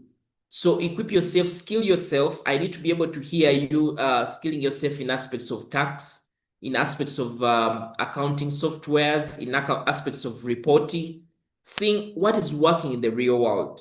What that equips you is that even when an opportunity comes, you can speak to it. It also helps you that you start now to leverage your brand in that perspective of the skills that you can actually bring on table. So that is what I can really say when it comes to responding to Mr. Ojok. Thank you so much. I think Ojok is well answered in that line. We have Natwa Danson here. Natwa is a comrade. We did our BCom together and we finalized together. So he's saying, thank you so much, Makande, as well as our coach, Samuel. My journey is in a way that I, as a finalist, are waiting for graduation. For graduation levels, are waiting for graduation levels. I see myself down, I think that's the phrase, and do what I can. Term has low levels of low-level works, though enterprising and self-driven. For example, I deal in selling different raw food items and as well some fried snacks. I find it challenging, whereby I feel like out of class and that I may not find anything adding to my career journey, though it can earn me a living and keep me around Kampala as well, uh, giving me time to search for better greener pastures. What can you advise me on that and other fellows who are fearing to start in such a line? So I think you can answer, Natwa. Is the question well understood? Coach Yes, Samuel? I get the question. So what I want to say, Mr. Stephen, and to this question is, when you're done with university, especially when you've just finished your exams, one of the things that you want is to find that job. Like that job should find you, or you should find a job. And why? Because you've either seen your colleagues finding jobs and you get on pressure. Why? Because, yeah, that is the life that you've been working towards too. But I say the world may be different for you. It's no longer about semester two, semester one. It's now about life for you. And the dynamics might really be different. And I like the fact that you've already started something. Well done. You're so much ahead of several other people who have not started, and keep in there. I know when you've studied BCom and you've been this student who looks at a multinational organization, and now you're getting yourself selling snacks and selling ABCD, you may feel like low, but one of the things I'll tell you is at that point in time when you have bills looking at you, when the landlord is chasing you and you can't survive, when the friends that have been giving you accommodation are telling you we can no longer give you the accommodation and you don't know where to go to, it will be you who will be in the picture, you alone. So that is why it's important for you not to underlook these business ventures that could actually earn you an income, because these are the ones that can be able to bail you out at a time where the job is not, because you also do not have control. One of the things I usually believe in, strive to do something that is within your control, such that if the job does not come, you have this thing that you're building and growing. Now, as a university graduate, I want to say that do not run businesses like people who have not gone to school. If you're running, let's say, snacks, have a brand. Say, and this will even get better the way you present it to your fellow students, because right now your network are people who are going to get into employment. And these are people whom should be part of your customers. So present yourself in a way that you're running a company, you're running a brand that people are like, this guy is running something big. Not saying I sell snacks, I do ABCD, snacks under what brand? So have a brand name, leverage on social media, grow your business like it's a serious thing. Ask yourself, if at all I was doing this as full time, what would I do? You know, this guy, Sam's, the one who started Sam's Snacks. When you listen to his story, he started also from snacks. And before you know it, he's now built a multi-billion manufacturing plant that is dealing in snacks. So do not underlook what you're doing. And that's why you see, start that business or whatever you're starting out, but look at it from the bigger perspective and say, okay, this thing that I'm doing it, what am I targeting? Am I targeting individual consumers, or I'm now targeting supermarkets? And if I'm targeting supermarkets, how do I want to position myself? I want to tell you that people are going to judge you the way you speak about your business. If you're running, let's say, the snacks business, and you tell people, I sell some snacks, people will judge you from selling some snacks. But if you say, I'm selling, I'm Danson, we have what we call Danson snacks. Limited, which I'm running. We deal in snacks, we deal in ABCD, we supply to supermarkets, we supply to schools. People now start looking at you in a totally different way because they'll now say, this guy is so serious. Such that when somebody knows somebody was a supermarket, they'll think about you and be like, hey, Danson, you said you deal in snacks. Can you bring here? Because they have seen. But when you underrate yourself and say, I'm running this small business, and people don't want to partner with people who are dealing in small things. So the way you put out that brand out there also really matters. And like I mentioned, even when you're going to get into employment, do not drop your business because this is a business that's going to supplement on your income. You want to go back to school, study more, you want to travel, you want to get married. All these things are going to require money. So you're not going to drop some of these things that would actually benefit your life when you're still going through this phase of life of survival to thriving. So it's a good thing that you're doing right now, and do not be discouraged. You're not late. Do not feel like you're late, like you're being left behind. You've just finished school, you're going to graduate. When you graduate, you have your transcripts, the opportunities will be even better. So the opportunities are not going to find you right now. Even if it's after 1 year, the opportunities will still show up. So just keep yourself positive and keep elevating yourself as well. Add more value. If you did become like myself and your aspirations is an accounting, see how can I go and register CP and just read these papers and look for somebody who can give me 100,000 and pay for exam and at least study. Such that when I'm meeting again another interview, I'm not just saying I did BCom, but I'm saying that I did BCom, but I'm also pursuing ABCD. And somebody knows that you're a focused person. You're not just waiting for the job, but you have an angle where you can go and volunteer some of your services and be like, uncle, I know you run this BCD. I studied accounting. Can I come and help you with putting your books in order?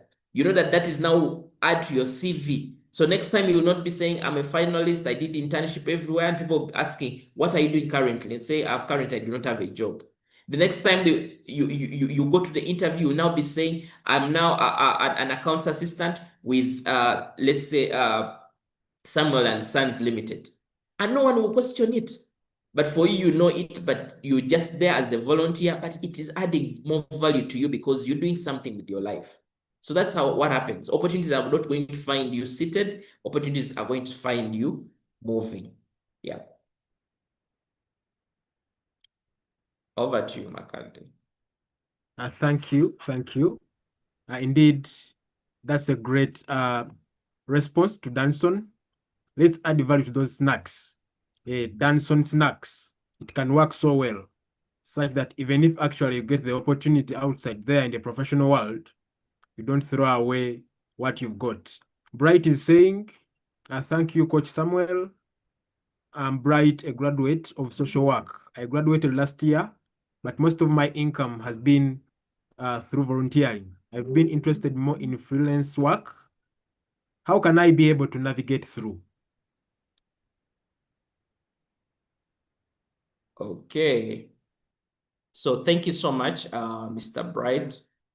So I like the fact that you have started doing volunteering and you're interested more in freelancing work. How can you be able to navigate through? So I don't know if Bright, you're on LinkedIn, but one of the things I would say is if you've been doing freelancing work, are you able to showcase some of the work that you're doing or where you've done some of your work? So I would say that leverage your social media platforms. When you go to TikTok, you'll be able to see people who have done different things, and it helps to hire you, Bright, to be able to help me with support on anything. I'll go online and try to look out what you've done before, and it will be based on that I'll be able to either ask you to help me with that service. So work on your brand.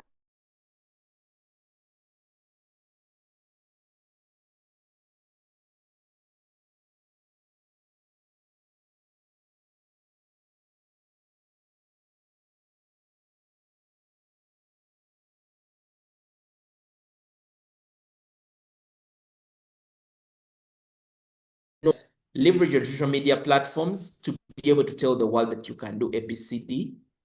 And do not, because you said most of your income has been through volunteering, you're interested in freelancing. There are also freelance platforms like Upwork that you can explore online. But I want to encourage you, leverage, get onto LinkedIn, start to also post about the work that you do, such that people know if I'm looking for somebody, then I can easily remember that, okay, Bright is there.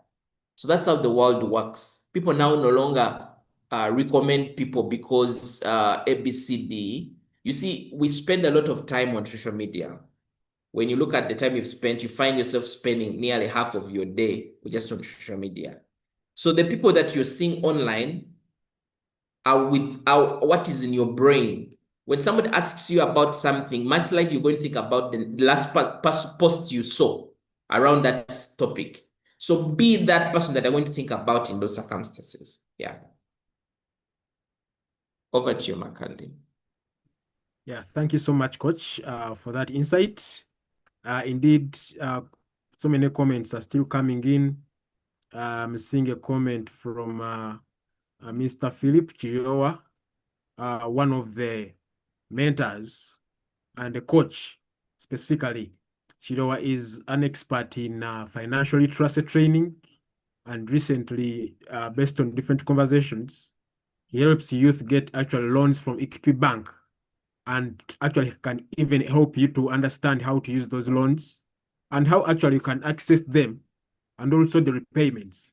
I think before we end, you can have 1 or 2 minutes to talk about that as we proceed. So maybe let's have this last question before Chiriwa comes in. I'm seeing a question from Deogratias Kajova, one of the comrades, still from my BCom class accounting. Thank you, Coach, for the wonderful work. And senior comrade Stephen, my question is, how can one become a better accountant in an era where technology has occupied our space? Okay. Thank you so much. Now, before I proceed, I encourage you, if you're watching this as a live session, Mr. Makande Stephen has shared a link to our WhatsApp group. Now, we do not, I know somebody was asking for a direct link. Now, the reason why we share this Google form is we want you to capture your details, such that if we're sending out emails with good resources, you can receive these emails. We also want to be able to support you more. We want to know your needs and be able to support you more. So feel free to fill the form and be able to answer some of the questions there, and then you'll be able to see a link at the end of the form. It's quite important. Learning never ends, and you don't need to just come here and watch through and go and sit. You need to continuously learn through. The other thing I also want to mention is, again, there are quite a number of things to share. Now, to those that are either you're watching this as a live session or you're watching as a replay, I have another YouTube channel, which is called Coach Samuel Ibanda. You know, I shared with you the other YouTube channel of accounting, but there is also this other YouTube channel where we share quite on various topics, and even our Friday webinars, I host them here. Now, I did, there's a session I did around how to have a successful accounting career. I would encourage you to visit this channel and go through, if at all you have an accounting background and you're trying to curate about your career. The other thing that I would also say, I also I have a book that I wrote that would benefit people like you who are fresh graduates, who are just starting out. I'll just try to share my screen and you see a copy of that book. So this is the book. It's called Get Your Dream Job and Earn Your Worth. So I know we have quite a number of people here that have joined in. This is a book that would go for, let's say, 50,000. But since we are part of this call, I'm going to be able to give it out at an offer.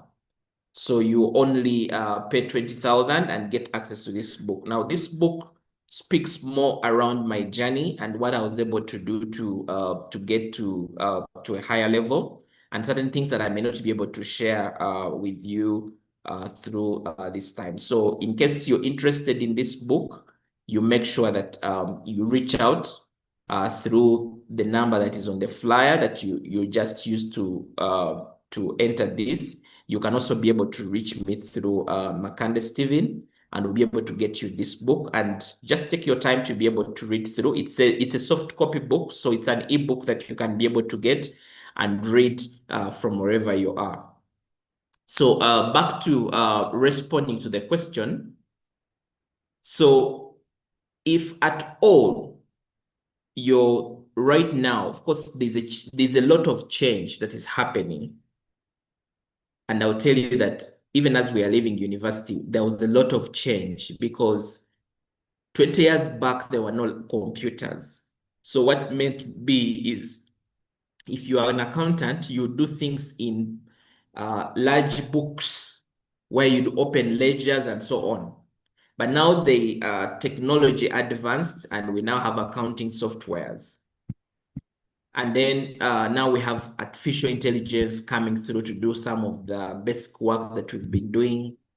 What I would say is continuously equip yourself as an individual, and also strive to be different. The reason why you might be struggling is because you still have the other basic knowledge. Strive to stand out. You should have something that is extra on you that makes somebody feel that, oh, this person is actually equipping themselves. Even myself, in my current role as a manager, I'm also continuously adding value to myself, because the world is changing. I had a very good time career in NGO world. Right now, because there's funds freeze that is coming from the US, people in the NGO space are getting less relevant every day. It's only those that have kept themselves reskilling that can now offer the same service in other industries.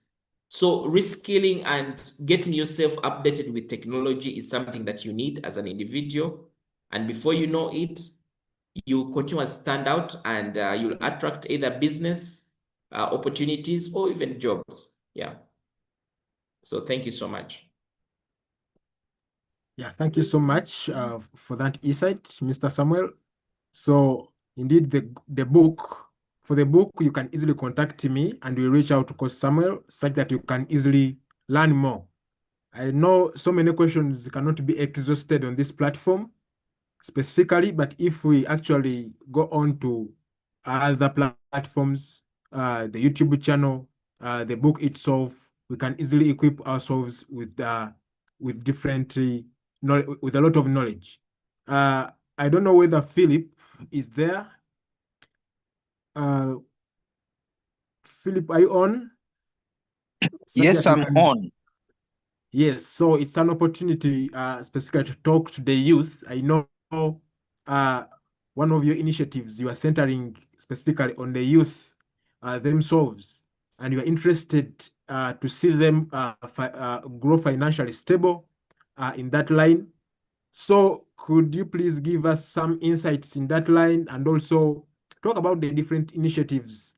What package do you have for the youth to see them grow in this actual era of challenges and dilemma? Wow, what an opportunity.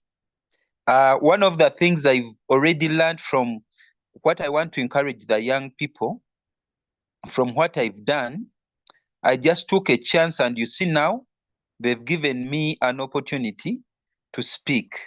So one of the lessons we are getting out there, as Coach Samuel Ibanda said, the world is an open place. Many times, young people second guess themselves. We've all been there. But I'm telling you, are very lucky to get such a session for free, because many youth out there cannot have such an opportunity to listen to such a message. So I want to congratulate you, all of you who are on space, who are on call today, for making the right choice. I want to thank you, Stephen. I was actually thinking, remembering myself in the towards when you are going to complete university. I see someone who is going to be very successful and someone who knows where they want to be, because you've taken a step in volunteering, and the world is seeing you. So I want to also thank Coach Samuel for being a generous gentleman. He's really generous. He always creates opportunities. Most of the knowledge that he shares must be paid for, but he sees a burden for this nation, and that's why he relentlessly puts out opportunities for young people. So one of the things that I want to encourage any young person on call, you are among the lucky few Ugandans to get such knowledge. And if I were you, just make sure you join Transformational Professionals Club, reach out to on the different LinkedIn platforms, YouTube, get this knowledge. Trust me, for you to get a job, you need to first invest in yourself. So now, since I have limited time, let me simply say something about myself in a brief moment. Then I hand over the microphone to Stephen. Thank you for the opportunity you've given me. My name is Philip Chidiowa. I'm a certified financial coach. I work with Equity Bank. I have experience in banking, and I have a lot of passion for young people. One of the reasons why I looked forward to this session is that I want to listen to a practitioner share his journey, because I am in platforms of young people at Makere, those doing BBA, to really understand the mindset of the young people. I want to encourage you young people on call. If you have a degree, thank God.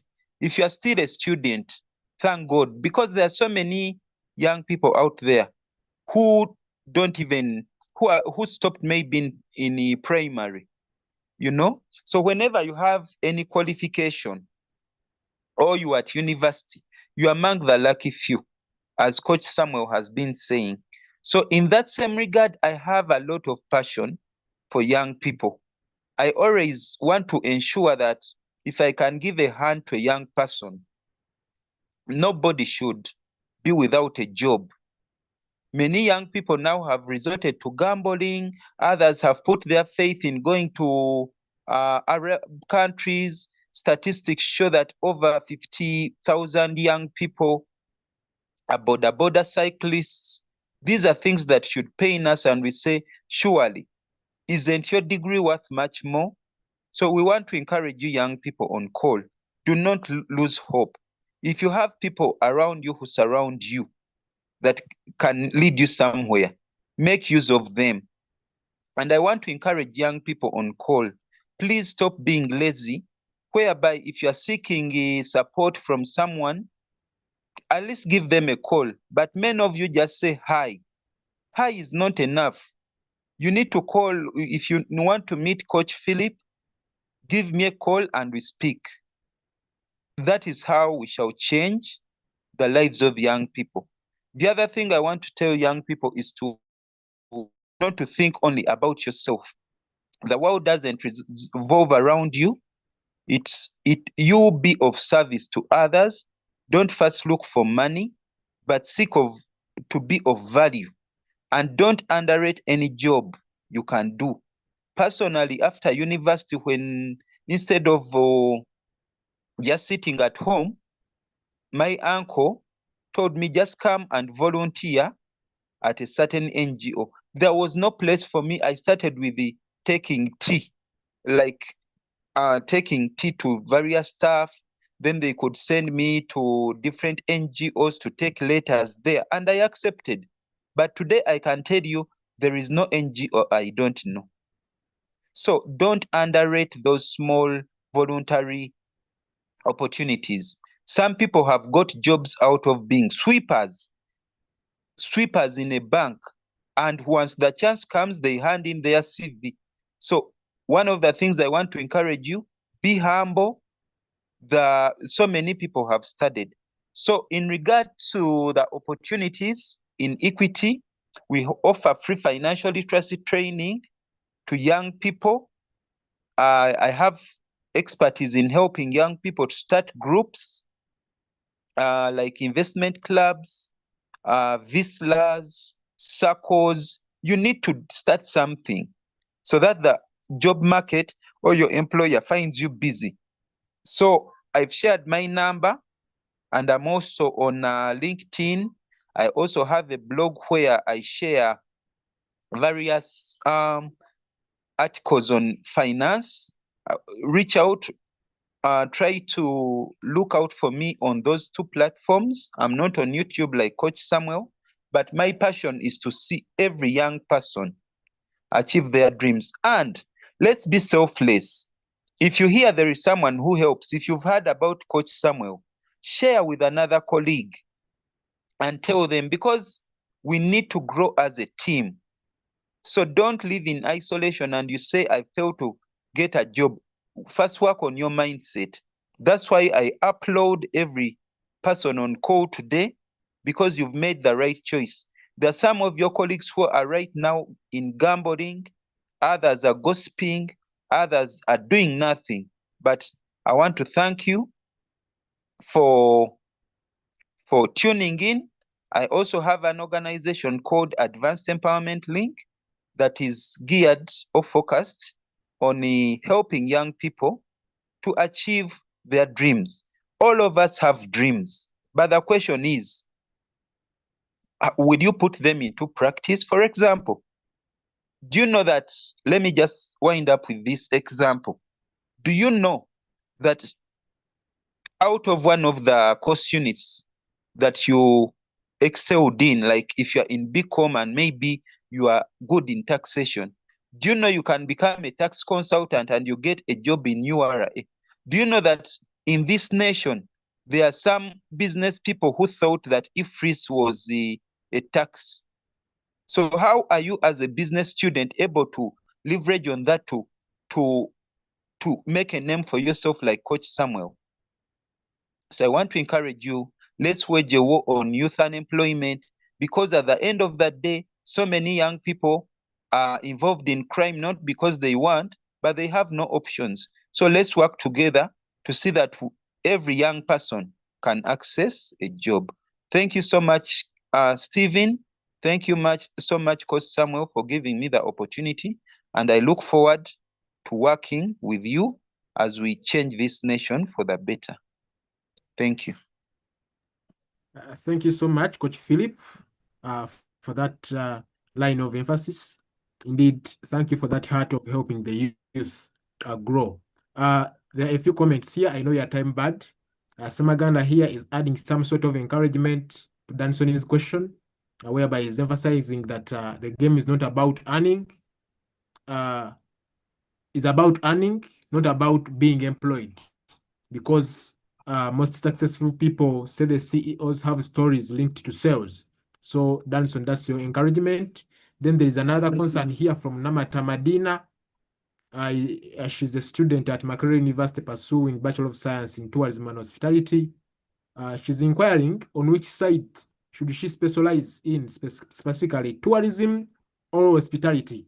I don't know whether Coach Samuel can tackle that briefly. And you can also maybe combine it with Katushabe and Vera. Katushabe says, how can I run a small side hustle business as a student?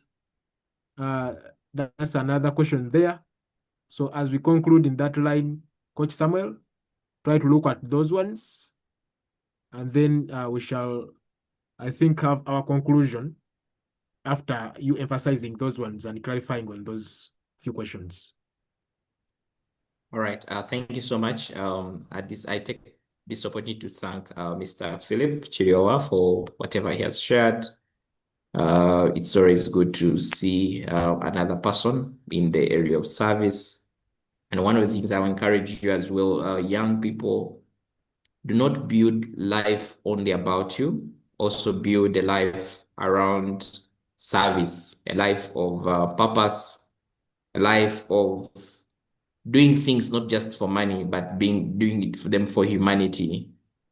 This is how the world works. We're all created for something that we can add to the world, maybe even be beyond your course, because right now we're not speaking about accounting, we're speaking about how to navigate life. So it's quite important. And well done, Mr. Stephen, that you've started this journey of service, not just here, but I know that continuously you'll be able to go through. And thanks to all those that have joined the WhatsApp group. I see quite a number of people that have joined. So I know we have quite a number of questions, and one of the things I'll tell you is one thing that's going to help you run through this life is making sure that you have a mentor. Have somebody whom you can be able to reach out, somebody who can hold your hand, because the dynamics of life change every day. So have a mentor. Myself, I have mentors in different phases, but also different facets of life. You have a spiritual mentor, you have an academic mentor, you have a career mentor. I do a lot of career mentorship, especially for you people, aspects around also financial management or personal finance. And you've seen Philip here as well, does something around personal finance as well. So have somebody whom you know that you can look out for, you can attend their sessions, you can reach out to them. And that's why we created what is called the Transformation Professionals Club. I do not believe in doing life alone. I believe in building a life in a community where you know that you have other people that are chasing the same direction. The reason why sometimes we even get into depression is we want to do things alone. We don't want to share. But once you are in a community, you have a support system, you are an edge on others, because there's one or two things you learn. Even attending, we usually have these weekly webinars. There's something that you learn every day you listen to somebody, and you do not know what you're learning today will actually help you at some point in time. So I just wanted to make sure that I mentioned that. So somebody's trying to say, so the question that somebody asked, I'm just trying to, who was the person who asked the question? Was it Namata? Yes, Namata. Yes, he's saying, what can I specialize in, tourism or hospitality? I think this comes down to, I mentioned there's interest, what you're passionate about, but then there's also what is the world demanding? What is in there exactly? If you look at tourism and hospitality, yours is now to look at and say, which one is people, what are people looking at right now? If it's hospitality and it's to do with hotel management, whatever it entails, ask yourself, if I take this kind of direction, what opportunities will I get? The same thing with tourism as well. And ask yourself, can I, let's say, even if I pursue, let's say, and specialize in tourism, can I still do hospitality just in case I wish to do it? Because you're not just confined by what you're specializing in. You need to be able to spread your wings to what is working in the market. So that is what I can basically comment about, but it's so much is around what opportunities are available. So right now you should be asking yourself, what opportunities are in tourism?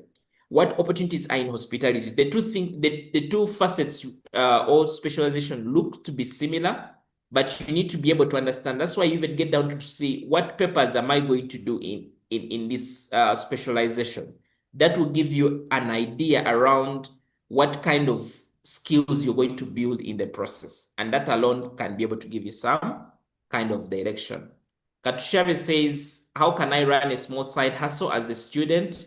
Again, I have a specific webinar I did on side hustle that I'm going to encourage you to look out for. When you go to my YouTube channel, there's a section of business and side hustles. So I did how to earn a side hustle through as an employee, how to start a side hustle and earn a side income. So I'd recommend you to watch these two videos. You'll be able to get an answer at least. I also did something about, there's a time I was invited on NTV, where I did some video about how to survive, especially if you're transitioning from a student. So I would recommend you to watch these 3 videos. They will be able to give you some idea on how you can be able to survive through. Yeah. And then also join the WhatsApp group, and let's keep the communication through. I know there are some other questions that have come through, but because of time, because I have another engagement, I'm supposed to travel. Like I told you, I was supposed to cancel this webinar, but I said I needed to do it. So, but let's keep in touch, and let's see how we can keep the conversation going. Thank you so much, Coach. I think so many questions have been coming through, but just join the group. We shall be answering most of the questions there in case mentors are there. Coach Philip is there, Coach Diana. We have great mentors, Charity, and others who are on this platform. You can easily actually ask. What I've actually picked here, you should have a mentor. It's a point of motivation that Coach Samuel has been actually emphasizing. A mentor helps you in so many things, and by joining the club, you have access to different mentors in different fields, be it academics, be it lifestyle, religious. So it's an opportunity for you. So I think, Coach Samuel, at this time, we've reached our climax, the conclusion specifically. So I would like you to conclude in a very actually encouraging way and give some tips to the people who are on this platform, as actually we plan to wind up this. I think more engagements will be coming in. I think people have remained with so many questions. They are still actually thirsty concerning this. So I think you can conclude and then give us some words, some key tips throughout this life. Okay. Thank you so much, Stephen, and well done on this work of moderating this session. And I want to appreciate everyone who has come through for this webinar. Either you followed the session via YouTube or you've been part of the Zoom session. I want to appreciate you. And like Mr. Philip indicated, you're as head of quite a number of people by being here, because quite a number of people would really want to be where you are right now, but they don't have a chance. So what I would say is strive to be able to always look out for such learning opportunities. There's something that you can be able to learn and add value to yourself and stand out of from this line of competition, because the world is so competitive, and it has gotten even more competitive in this era and age. But what is going to set you apart is when you are intentional about standing out. I'll tell you that we have quite a number of accountants that we graduated with, people who have gotten first classes, people who have masters, who have PhDs, but all that sometimes doesn't matter if at all you're not standing out. What it is I would say is, no matter how good you are, if no one knows how good you are, it doesn't make sense. If Makande here is a first-class student and we do not know what he can do, then that will just end at, you know, this guy is bright. But it is the things that you can do that are going to open a door for you. Work on your brand as an individual.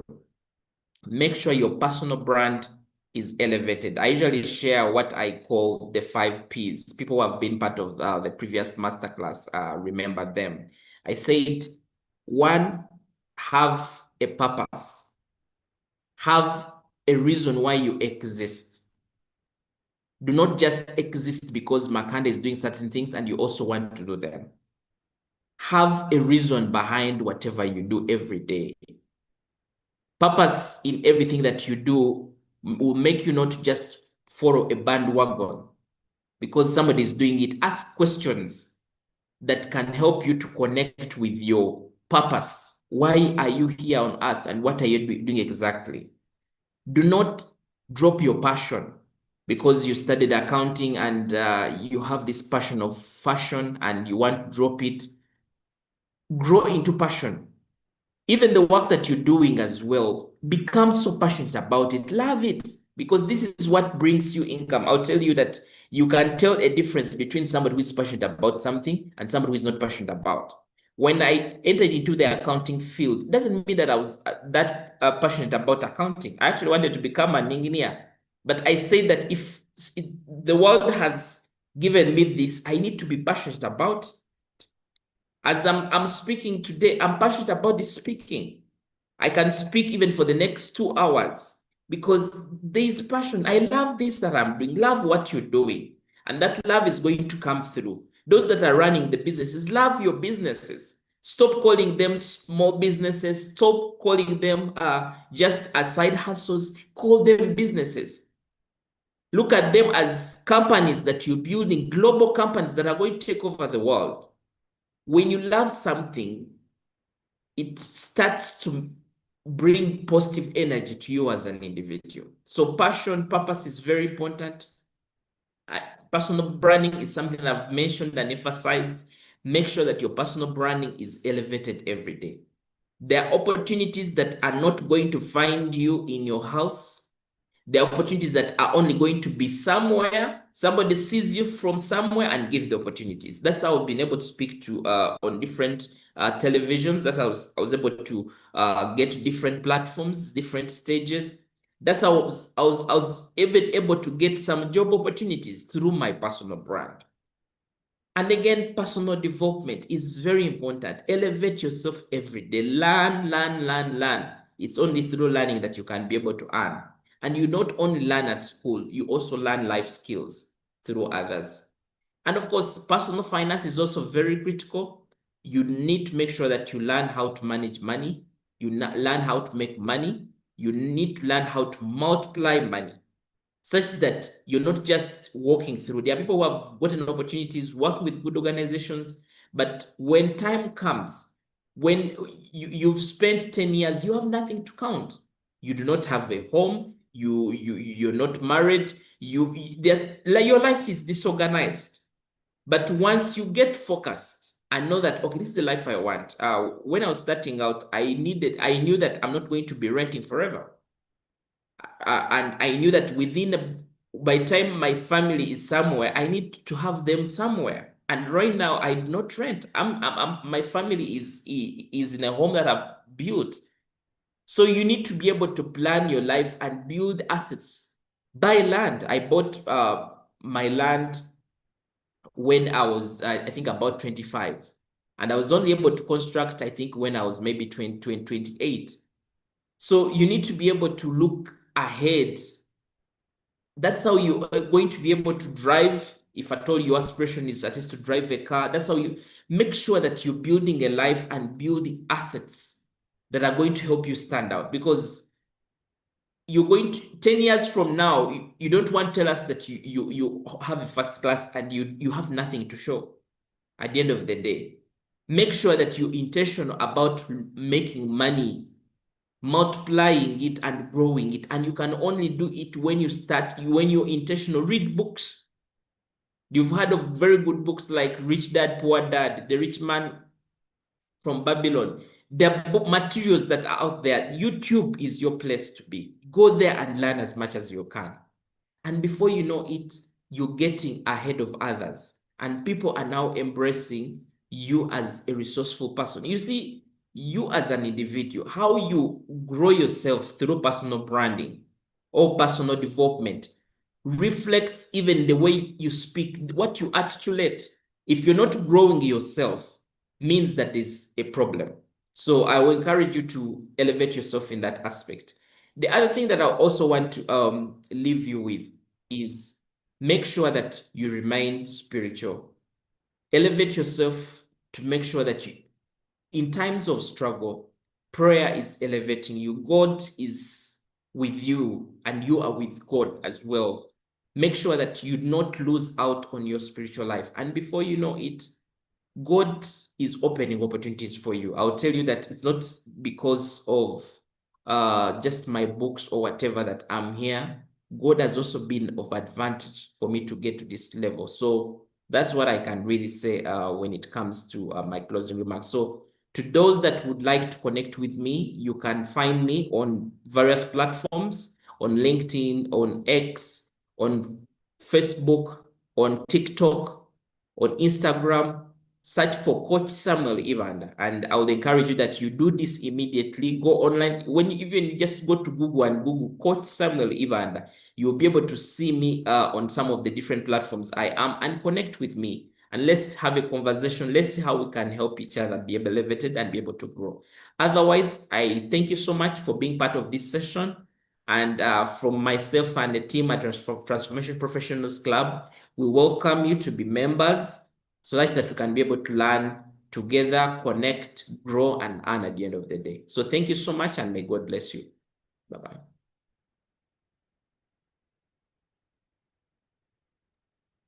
Thank you so much, Coach, for those conclusive remarks. Indeed, it's been a wonderful session, and I'm very glad to be a moderator for such actually an insightful session.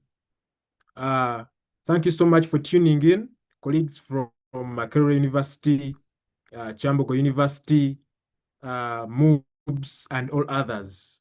We look forward to other insightful engagements like these ones as you join the club. Each and every week, each and every Friday, we have a session concerning life aspects, business aspects, and all others. May God bless you. Thank you for tuning in.